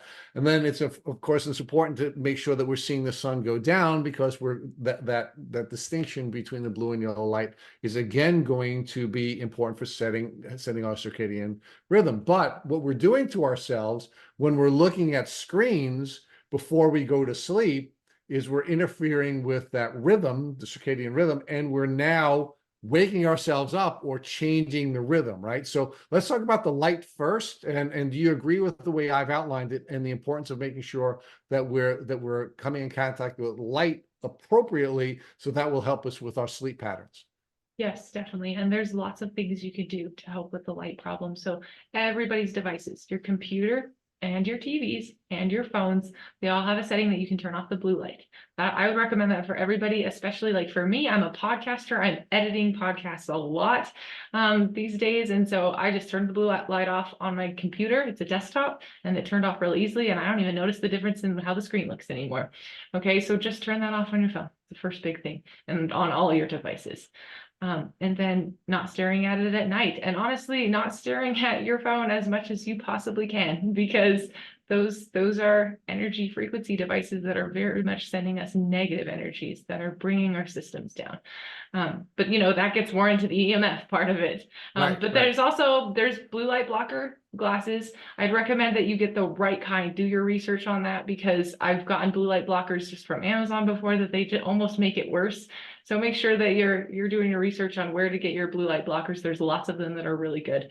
And okay, remember, we have to be careful about when we're using the blockers as well, right? Because at nighttime, it's different than during the daytime than it is during the morning, right? So it's really as we're getting ready to go to bed, and as the light changes the hormones that will cause us ultimately be sleepy. And tryptophan was one of the examples that your mom had given, right? It's one of the reasons why after Thanksgiving we all get sleepy, right? Because turkey has a lot of tryptophan, and it helps us to have the proper hormonal regulation to fall asleep, right?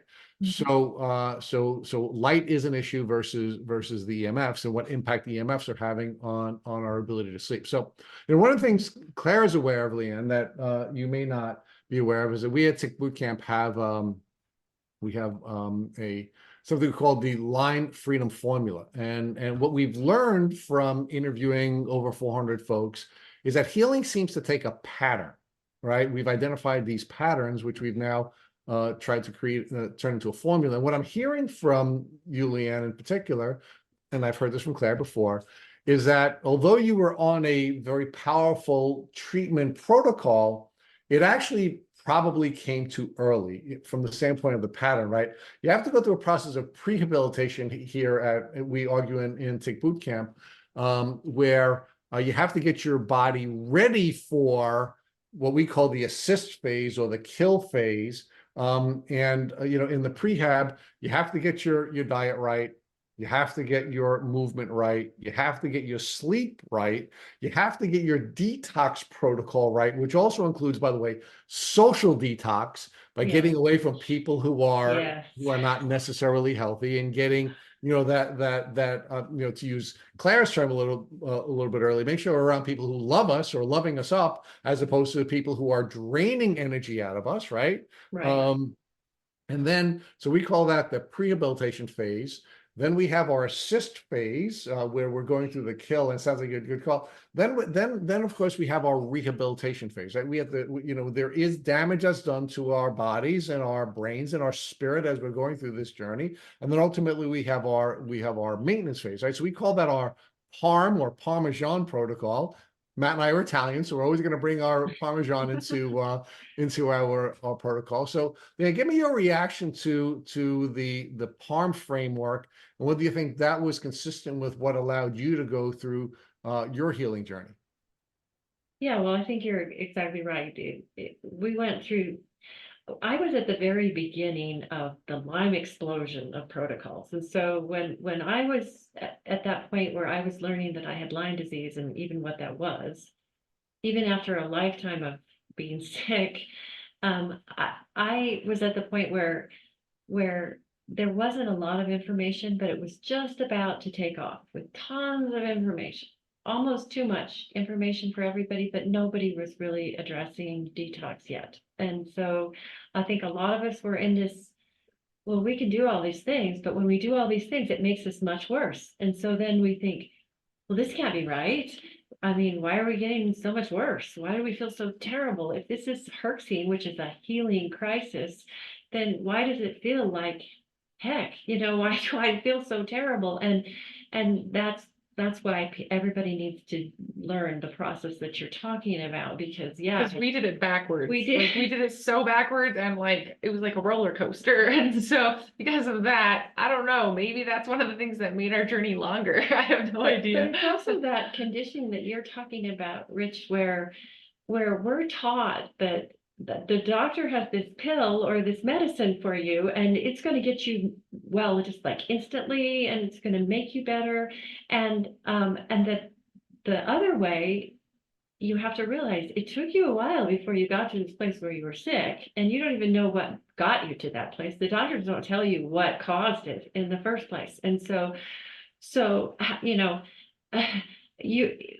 everybody's skeptical. So everybody around you, and that's to your point, your last point, that if you are around people that are telling you that you're crazy for what you are doing and that you need to go back to the doctors, and I'm telling you, I had everybody tell me that. Why aren't you going to this doctor? Why aren't you going to that doctor? I have people come to my door and say, here, I knew this person who got well this way with this doctor, and this is where you need to go.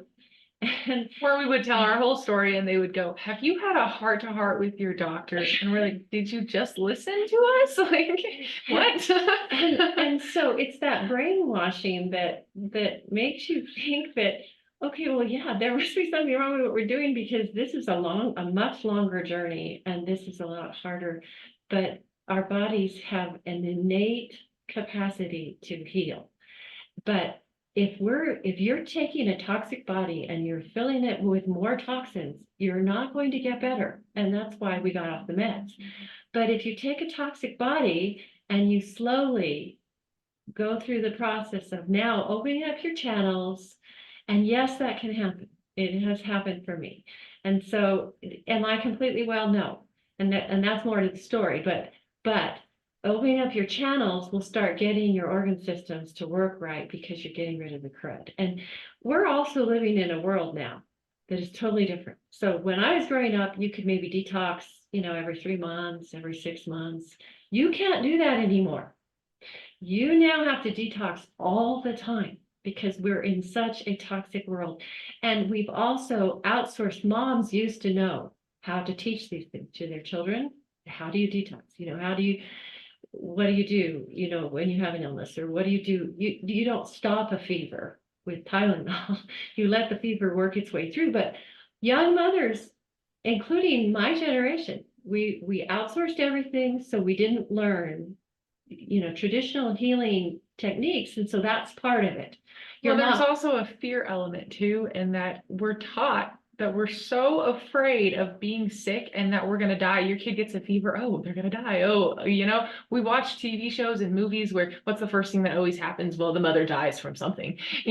We're just so conditioned to be afraid of these illnesses. And after what we've been through, like, my body can handle really intense pain. Like, I don't even know how I've lived through what I've lived through. I don't know how mom has lived through it. Our body can handle intense amounts of things. And sometimes it's just the body getting rid of junk, and it's part of the process. And when we know that, it's really comforting, because you're not going to die from that fever. That fever was put there by God so that you can detox. And so let it run its course. Once we start to realize those things, the fear element disappears, so we can actually fight this thing, and we can fight it with the weapons that God has given us to get rid of it, and we can heal. And the system taught us all the wrong. It taught us wrong about all of that. Doctors are great for trauma, for accidents, for all that kind of thing, but the system never taught you the truth about how to have those things happen. So, Leanne, one of the reasons why we called the second step in the outline assist is because we are uncomfortable with the concept of killing, right? And the reason we don't like killing is it's suggesting that our body is not going to heal itself. And because our body's not going to heal itself, we have to have some kind of pharmacological intervention in order to be able to ultimately overcome the microbes that are overwhelming our immune system. But in fact, we argue that it's actually assist, that you have to find ways of assisting your immune system, because your immune system is going to win the battle or it's not, right? So it really has to be a sea change or a mindset change where it's not a pharmacological killing of the microbes, it's actually an assisting of the immune system. And if we're not going through the process of aiding our immune system in its antimicrobial function, then we're not going to get better. Right. And in order to do that, you have to know root cause. So you got to know what's causing it. So for all of us, that's different. You could be living in a high EMF environment, that could be causing it. If you could have toxic relatives, that could be causing it. You could be taking, I know people that have been taking antidepressants for 20 years, 5, 6, 7, 8 antidepressants. And you don't think that that's not making you toxic, that's making you toxic. And so for everybody, it's different. And this is why the medical system doesn't work, because they come in and you're a pathology or you're an organ system, but we're not just one pathology. We're not just one organ system. And so you've got to know what root cause in order to assist. So you got to know where's the Lyme gone in your body? Where is it? And what's it doing to you? And how long's it been there? And what kind of environmental things are affecting it right now?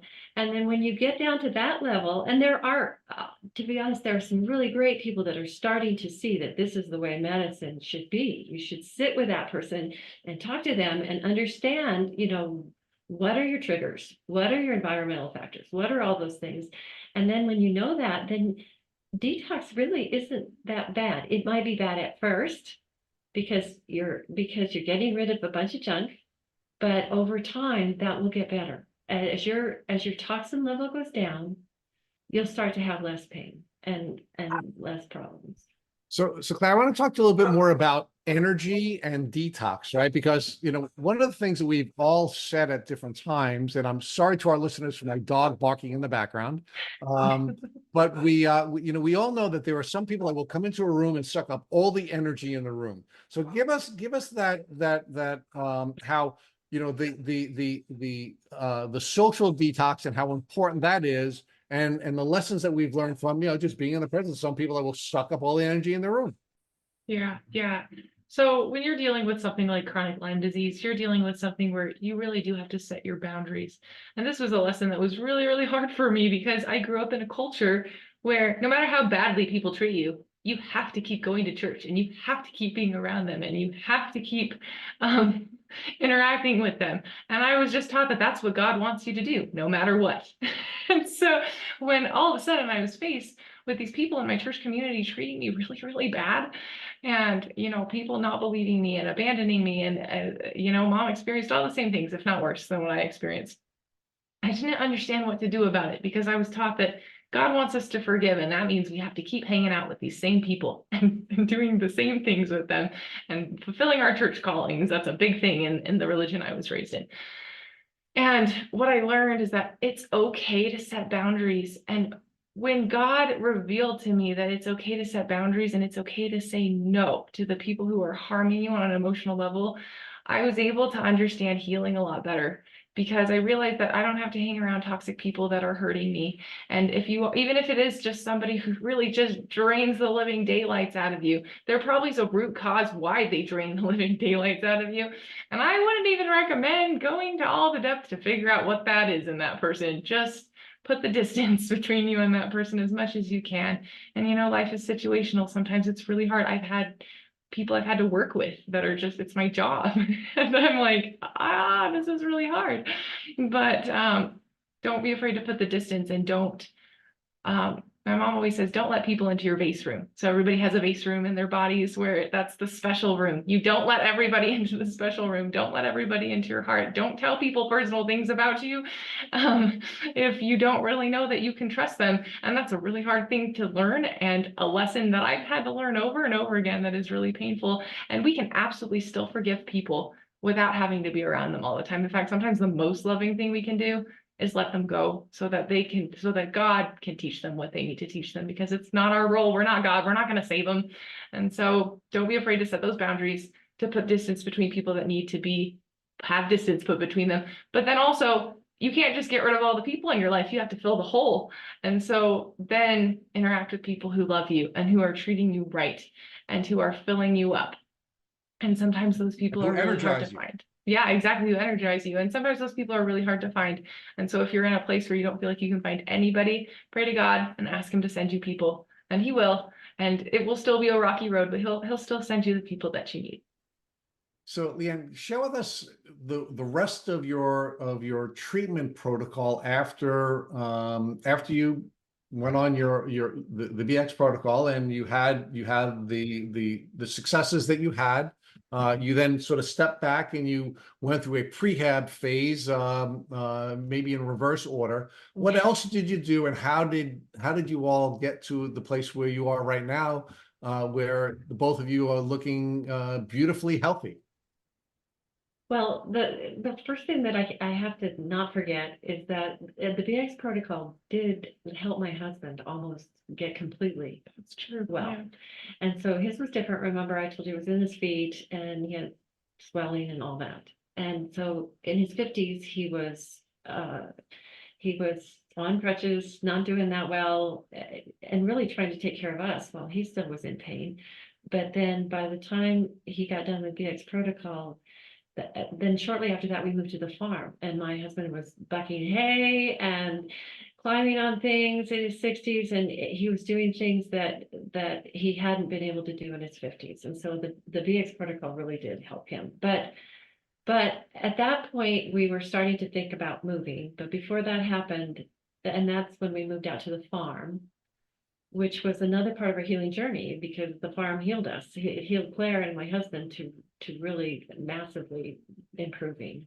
But before that, I met somebody who was doing bioenergetic testing, bioresonance testing, whatever you want to call it, which was just helping you to find balance in the energetic body. And I had started learning the herbal protocols, so I'd started taking herbals, but when she did this bioenergetic testing on it, which is it's Quest 4 testing, and there are Quest 4 test practitioners all around the country. You can find those. And when she did that, it was like a game changer. It was as powerful as the energy catalyst that I'd gotten from the VX, but that it was teaching me a lot about balancing the energetic body and how that would help your healing process. And so we all three actually went and got tested. And my husband goes, you know what? This is really great. You should learn this. I'm going to buy this machine right now for you, and you can learn this. He goes, I'll learn acupressure, which my husband did. My husband learned acupressure to help me with my pain. He says, I'll learn the acupressure and you learn this. And there's a learning curve to this device. And I was, okay, great, let's try something else. So we bought the device, and I came home, and there is a learning curve on this device, but my husband learned acupressure from Michael Gogg. Michael Gogg has an online acupressure course, and it's absolutely fabulous. And my husband would learn how to do that, and that's how he helped me with pain. And then I began to learn bioenergetic testing. Basically, I was just doing it for the three of us because we all needed something, and it was amazing how learning how to balance the energetic body was helping us. But then we decided to move out of the city. That we felt like with lower electricity, because electricity was still bothering me. It's also because we had been through so much trauma in that house. Like, we call it our sick house. Yeah. I remember moving out of that house and mom and dad being like, are you going to miss it? And I was like, heck no.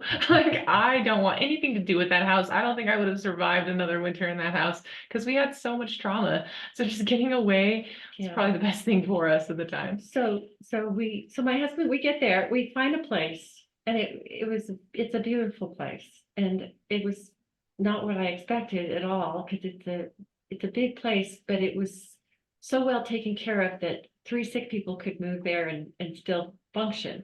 And my husband goes, okay, I want to start an organic farm because now, now we need to eat organic. So if we're going to eat organic, then we got to grow our own stuff. So let's start an organic farm. So, so he did. This is just what drives my husband. And me and mom were still pretty sick, so we didn't have hired hands or anything. So dad's like, we're gonna go plant the potatoes. Let's go plant the potatoes. And me and mom are like dying in the field, putting these potatoes in the ground. And I'm thinking, I don't ever want to be a farmer. This is miserable. Like I was pure city girl, and I'm thinking, why would I want to do this with my life?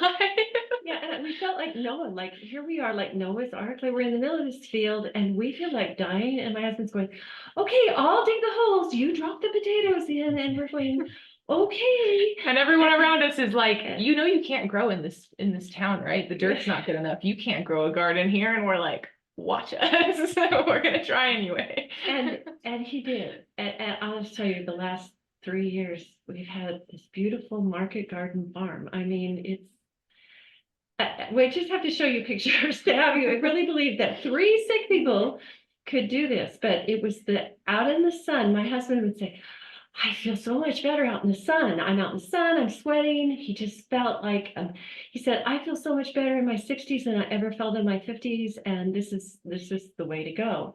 For me, because of the trauma that you're talking about, Rich, that people gave me, I kind of spent some years just hiding inside because going outside represented people, and I couldn't deal with people because they were so cruel to you who were sick. And I'm not the only one who has this story. After doing the Chronic Care Project, we know that many people have this story, but gradually I was in charge of planting all this stuff. We plant all this stuff inside ourselves. It's all organic. We do it under lights. We put it out in the ground. It's all self-done. And so I started being in charge of planting the seeds and doing that kind of thing. And then we wanted to get people to learn that's foundational. If you don't change, nothing that you can do with bioresonance scanning will help you at all if you don't change your diet and you don't have a good clean foundation in your diet. And so that's where it begins. And then came 2019, and that's when Chris Newby wrote her book. And so finally I read her book. I said, now I know what the weapon is. So that was the weapon. Now remember it at the end of Isaiah 54, and no weapon formed against you will prosper, and every tongue that shall revile against you, thou shalt condemn. That's the heritage of the servants of the Lord.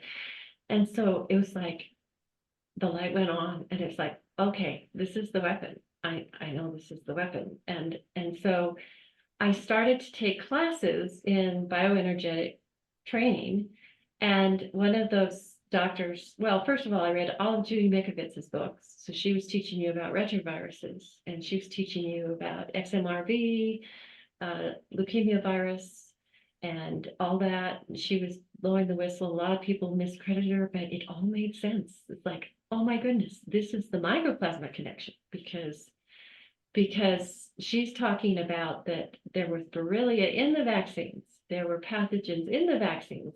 And so why is it that now we're seeing people all over the country with the Chronic Care Project that everybody in the family has Lyme, even the little tiny kids? And yes, can it be passed to kids? Yes. But is that the only thing? And so when I was doing the BX protocol, the big thing was my mycoplasma numbers, because the PhD thought that it was mycoplasma that was really important. So when I started to learn about the weapon, I started to take classes from Dr. Monzo. So I don't know if you've ever heard of Dr. Monzo. Alfonso Monzo he's spoken at the Red Pill Expo. He's been on Robert Scott Bell. He's taught a lot of things, but he's a naturopathic doctor that specialized in biophysics and bioelectromagnetic systems of the body. And he also earned degrees in biblical studies and Christian ministries. And so he developed a system that it's called the Alpha Top Body, which is a touch system. What's it called, Leanne? Well, it's called the Aleph Tav body. It's the Hebrew electromagnetic telecommunication system that your network in your body. And he believes that God taught him about this. So it's like a deeper system of acupressure. So acupressure points are real, but there are even deeper systems in our body that are based on the Hebrew alphabet, which is also numerical. And he began to teach this. And as he began to teach this, he began to teach about weaponized pathogens. And this is when he began to teach us that that basically the Armed Forces Institute, the Armed Forces Institute of Pathology and the Medical Research Foundation actually have published studies that show that they created ALS and lupus and Lyme, and they created it based on WMFI, which is weaponized mycoplasma fermentans incognitus,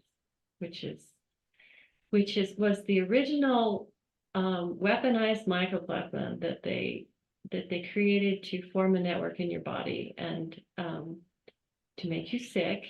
So let's pause that for a second, because I want to talk about the weaponization. One of the things that we've seen on our social media when we've discussed the weaponization of microbes is people will say, well, wait a minute, the Lyme bacteria has been found in fossils millions of years ago. Wait a minute, let's say the Iceman had Lyme disease. How can you say that Lyme was created in a lab? So what would your response be to that, Leanne?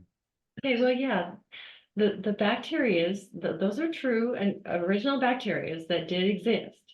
But when you weaponize something, what you're doing is you're taking it and you're adding many other things to it that are dangerous. I mean, this is what she talked about in her book. This is what the bioweapons part of our government, this is what they did. So one of the things that Chris Newby taught was that the bioweapons element of research, for example, at World War II, was actually 4 times larger than the Manhattan Project, right? The Manhattan Project, of course, which is getting a lot of attention again now as a result of some of the movies that have been produced about the Manhattan Project. But as it turns out, the bioweapons project, which was a more secretive project, was substantially larger than the nuclear weapons or the atomic bomb research, right? And the other thing that Chris Newby taught was that the goal of bioweapons research is to paralyze communities of people. So if one person gets sick and then the family members have to take care of them and the medical care system is overwhelmed, what it does is it makes it easier for an invading force to come in. And how they do that is they don't create a new microbe. What they do is they make the current microbe more viral. That's so right. that your innate immune system can no longer protect you against the substantially more viral form of the same microbe, in this case, the same bacteria, right? So when people are yelling at us and saying there's no way that it's a bioweapon, what they don't understand is we're not saying, or Chris Newby's research is not saying that the bacteria was created. What she's saying is it was made more viral, and therefore it makes it more difficult for your body to prevent you from becoming chronically ill when you're exposed to this enhanced threat of a microbe. Yeah, and they know that they didn't just make, well, I guess, in your terms, they made it more viral, but they added tons of bacteria, fungus, viruses to it. They added mercury, uranium, heavy metals like that to this, and that's how they've been weaponizing it. So a lot of doctors that I know that are the good guys that are really studying the truth, they will tell you that, probably all of us have Lyme now, but what's the state of your immune system? Because how many weaponized pathogens have you been exposed to?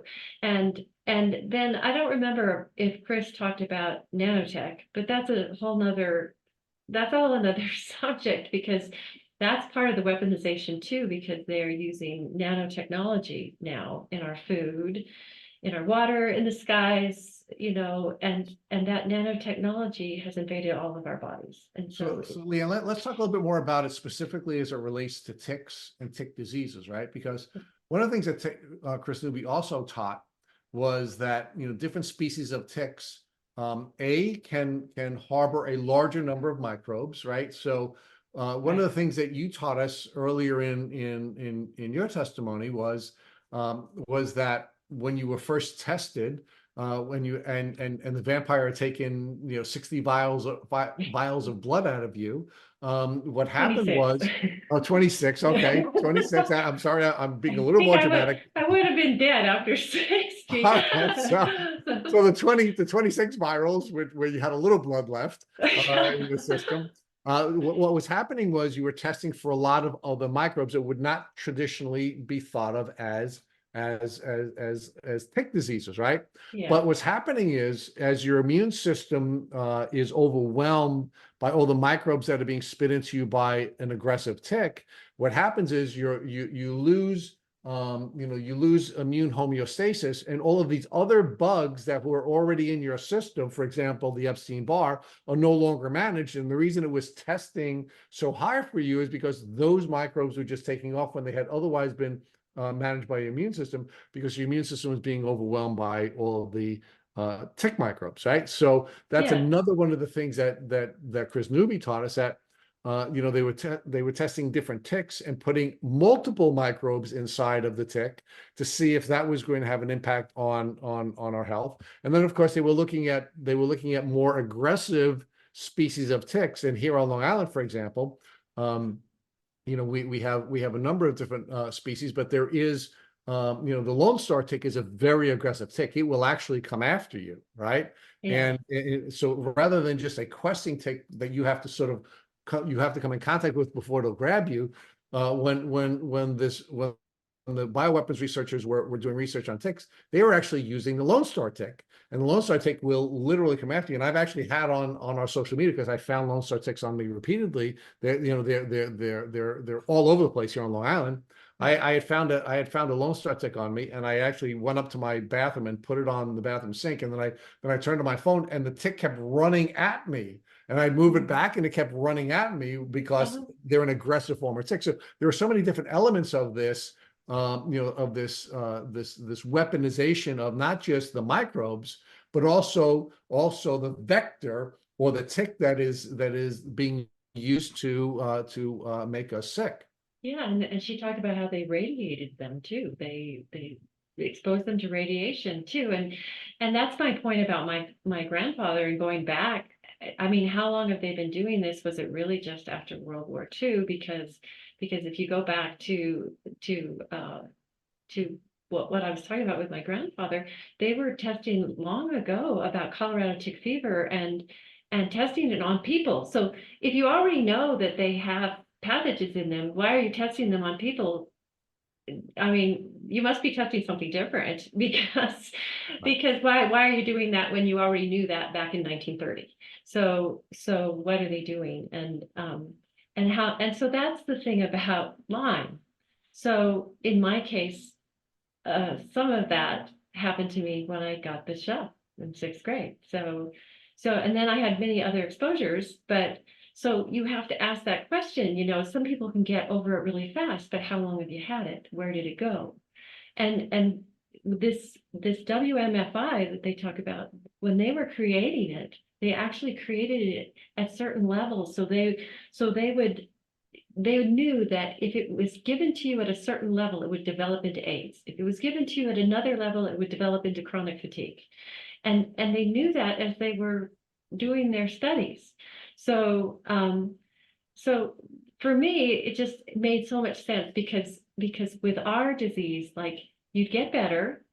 And this is what Dr. Monzo talks about too. If you've got a disease where you seem to get better, everything's fine, and then it comes back, and it almost feels for me like there's something that powers back up again and starts over again. And how can that be? Well, if you understand the nanotechnology that they're using right now, and the the weaponized stuff and how they've done it, the technology's been there for a very long time.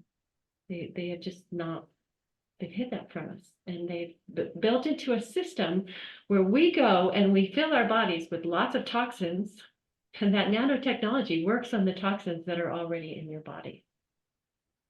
Scary, scary stuff, Leanne. It is scary stuff, and we're actually at the 2-hour mark together. This conversation has been so enjoyable, and time has flown by. But we generally wind down after 2 hours because our folks generally only have about a 2-hour attention span. So Sure. it seems to me that we're going to have a part 2 of this sometime in the near future. Okay. So Leanne, why don't you talk to us now as we wind down? About where you are today. How are you feeling today? And what are those things that you did that you think gave you the greatest gains that have gotten you to where you are today? Well, I think that the first one is that it's like what you guys are talking about. You've got to understand detox.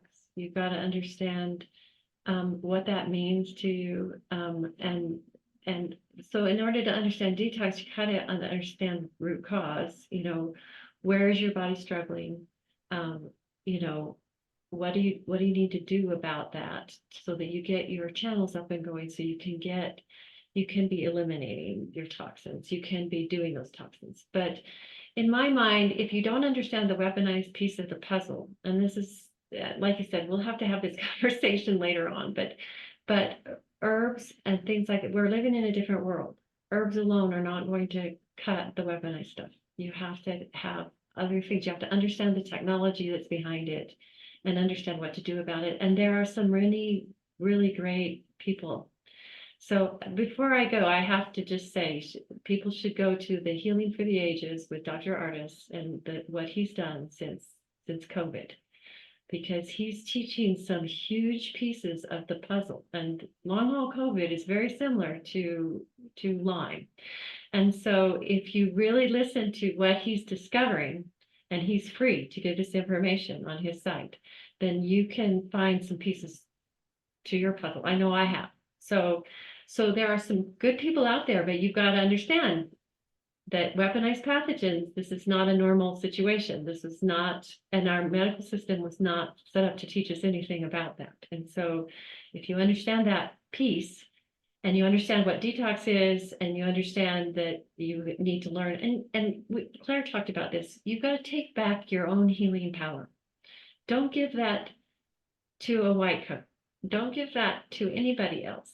Take back your own healing power, and there are good doctors out there trying to understand this. But the typical medical system is not there for you. And a lot of things that we've been taught by our government are exactly the wrong things to do throughout my entire life. Almost everything I was taught, don't eat any fat, all these things that we were taught were all wrong. And so you really have to go back and understand what Claire was talking about, what's been outsourced, and stop outsourcing your personal health journey to somebody else, and start learning that yourself. And there are good people out there trying to tell you the truth. So you just have to dig harder now to find those answers. Got to dig through the censorship, but they're out there. And then trust God. That's our journey. Trust God. Amen. Go talk to him, because he's never going to lie to you. And we've been lied to about a lot of things. So the Tick Boot Camp always ends with a final question. And when Claire was on our podcast, the final question we would always ask is, what would happen if a loved one came into the room after the podcast and they showed you they were being bitten by a tick? What steps would you take to try to help them? And that was based on my journey and trying to improve the tick bite blueprint. Now we use that for about 400 episodes, but now we have a new final question. So Claire, I'm going to ask you first. What are the 3 top low cost or no cost treatment options that you would recommend to folks in the community who are on a chronic Lyme disease journey? Oh, that's such a good question. And there's so many answers to that in all honesty. But my number one thing is exactly what Mom just said. Trust God and lean into Him in the journey. That is the biggest thing that I've learned how to do. I take time every day to make sure I'm talking to God, checking in with God, asking Him my really big questions. And when you do that, He's the one who really enables us to heal on an emotional level, which is the thing that I still struggle with even the most. And the only thing that I've seen that really, really works is leaning into God and letting Him guide me to the trauma therapies that I need and the things that are helping me to get through that. So that's the first thing. I mean, it's free to go to God. He'll listen. He's there for you. Take time to be quiet and to hear His voice every single day. And when we seek for that, God is the greatest physician, and He will heal us as we seek for Him. So that's my first thing. My second thing is probably just take time to be in nature and to move your body. For me, I get a double whammy because I work on a farm, which is funny because I mentioned how much I hated farming when I first got here. But once I started and I realized how healthy the sun is at lifting heavy things is. And I mean, now I'm doing work like building chicken coops and butchering chickens and delivering goat babies into this world. And so now I'm doing work that is really intense farm work, and I love it. And so take time to be in nature and to move your body, because for the most part, yeah, you can't start a farm for free, but you can move for free and you can be in the sunlight for free. And so take time to do that. And then my third thing would just be take time to laugh, and take time to laugh with the people that you love and that love you the most, because when we're laughing in our house, in fact, we have joked about how much we just crack jokes about illness, which is so inappropriate when you think about it. Like, you can't crack jokes about illness unless you have an illness, right? But that's what we do. And I always say I'm just the comic relief in our family. Mom's the science. I'm just the comic relief. That's what I got. And so take time to laugh. It's really healing, and it will heal your heart and your body. All right, so Leanna, I'm going to let you end the podcast with your top three, and now you could actually either buttress the 1, 2, or 3 that Claire has given, or you can give us 3 more. Oh, it's hard to beat what Claire said, because that's what I believe too. The first thing I would say is turn to God. And I mean, that's what He did for me. He kind of gave me some signposts as to what direction to go. And people will say, well, why'd you go on this? I mean, why did it take so long? Why'd you have to go through such horrors? Well, because if you'd taken all away early, I never would have learned any of these things that I've learned. And that in itself can change you. Your deepest trials can change you. And that's what it says in Hebrews. It says, He gives you better things through your troubles, through your adversities, and so that you can be made perfect through your adversities. And if we never had any of those, we become selfish and prideful, and we wouldn't learn anything. And so turn to Him, eat clean, learn what that means. It's harder than ever now. I feel for young families, because eat clean, drink clean water, check your water, find out what it means to clean your water, because we're just living in a totally different world. And young moms, I would say, take back your power. You have the power to help your children to heal. Start learning what some of these interventions are doing to your kids. Start learning what these things are, and take back your power to have healthy children, because our future depends on that. And so you've got to learn what God gave us. He gave us some incredible things. Like if my kids got bit by a tick, and by the way, if I took a tick into my doctor, he wouldn't do anything. He wouldn't have it looked at or anything. So herbal antibiotics are terrific. They're powerful. Learn what needs to be in your herbal medicine cabinet so that you can help your kids, because you're facing some totally different things than we faced. And so you got to take back your power and know that God will give it to you if you seek it. So I guess that's it. Thank you. That was really wonderful. I thank the two of you for serving us here at Tick Boot Camp in so many different ways. And I look forward to our next time together. But Claire, thank you very much for being you. Thank you for bringing your mom and introducing your mom to our community. And Leanne, thank you for taking so much time away from your beautiful family to share your beautiful journey with our community here at Tick Boot Camp. Well, thank you. Yeah, thank you so much.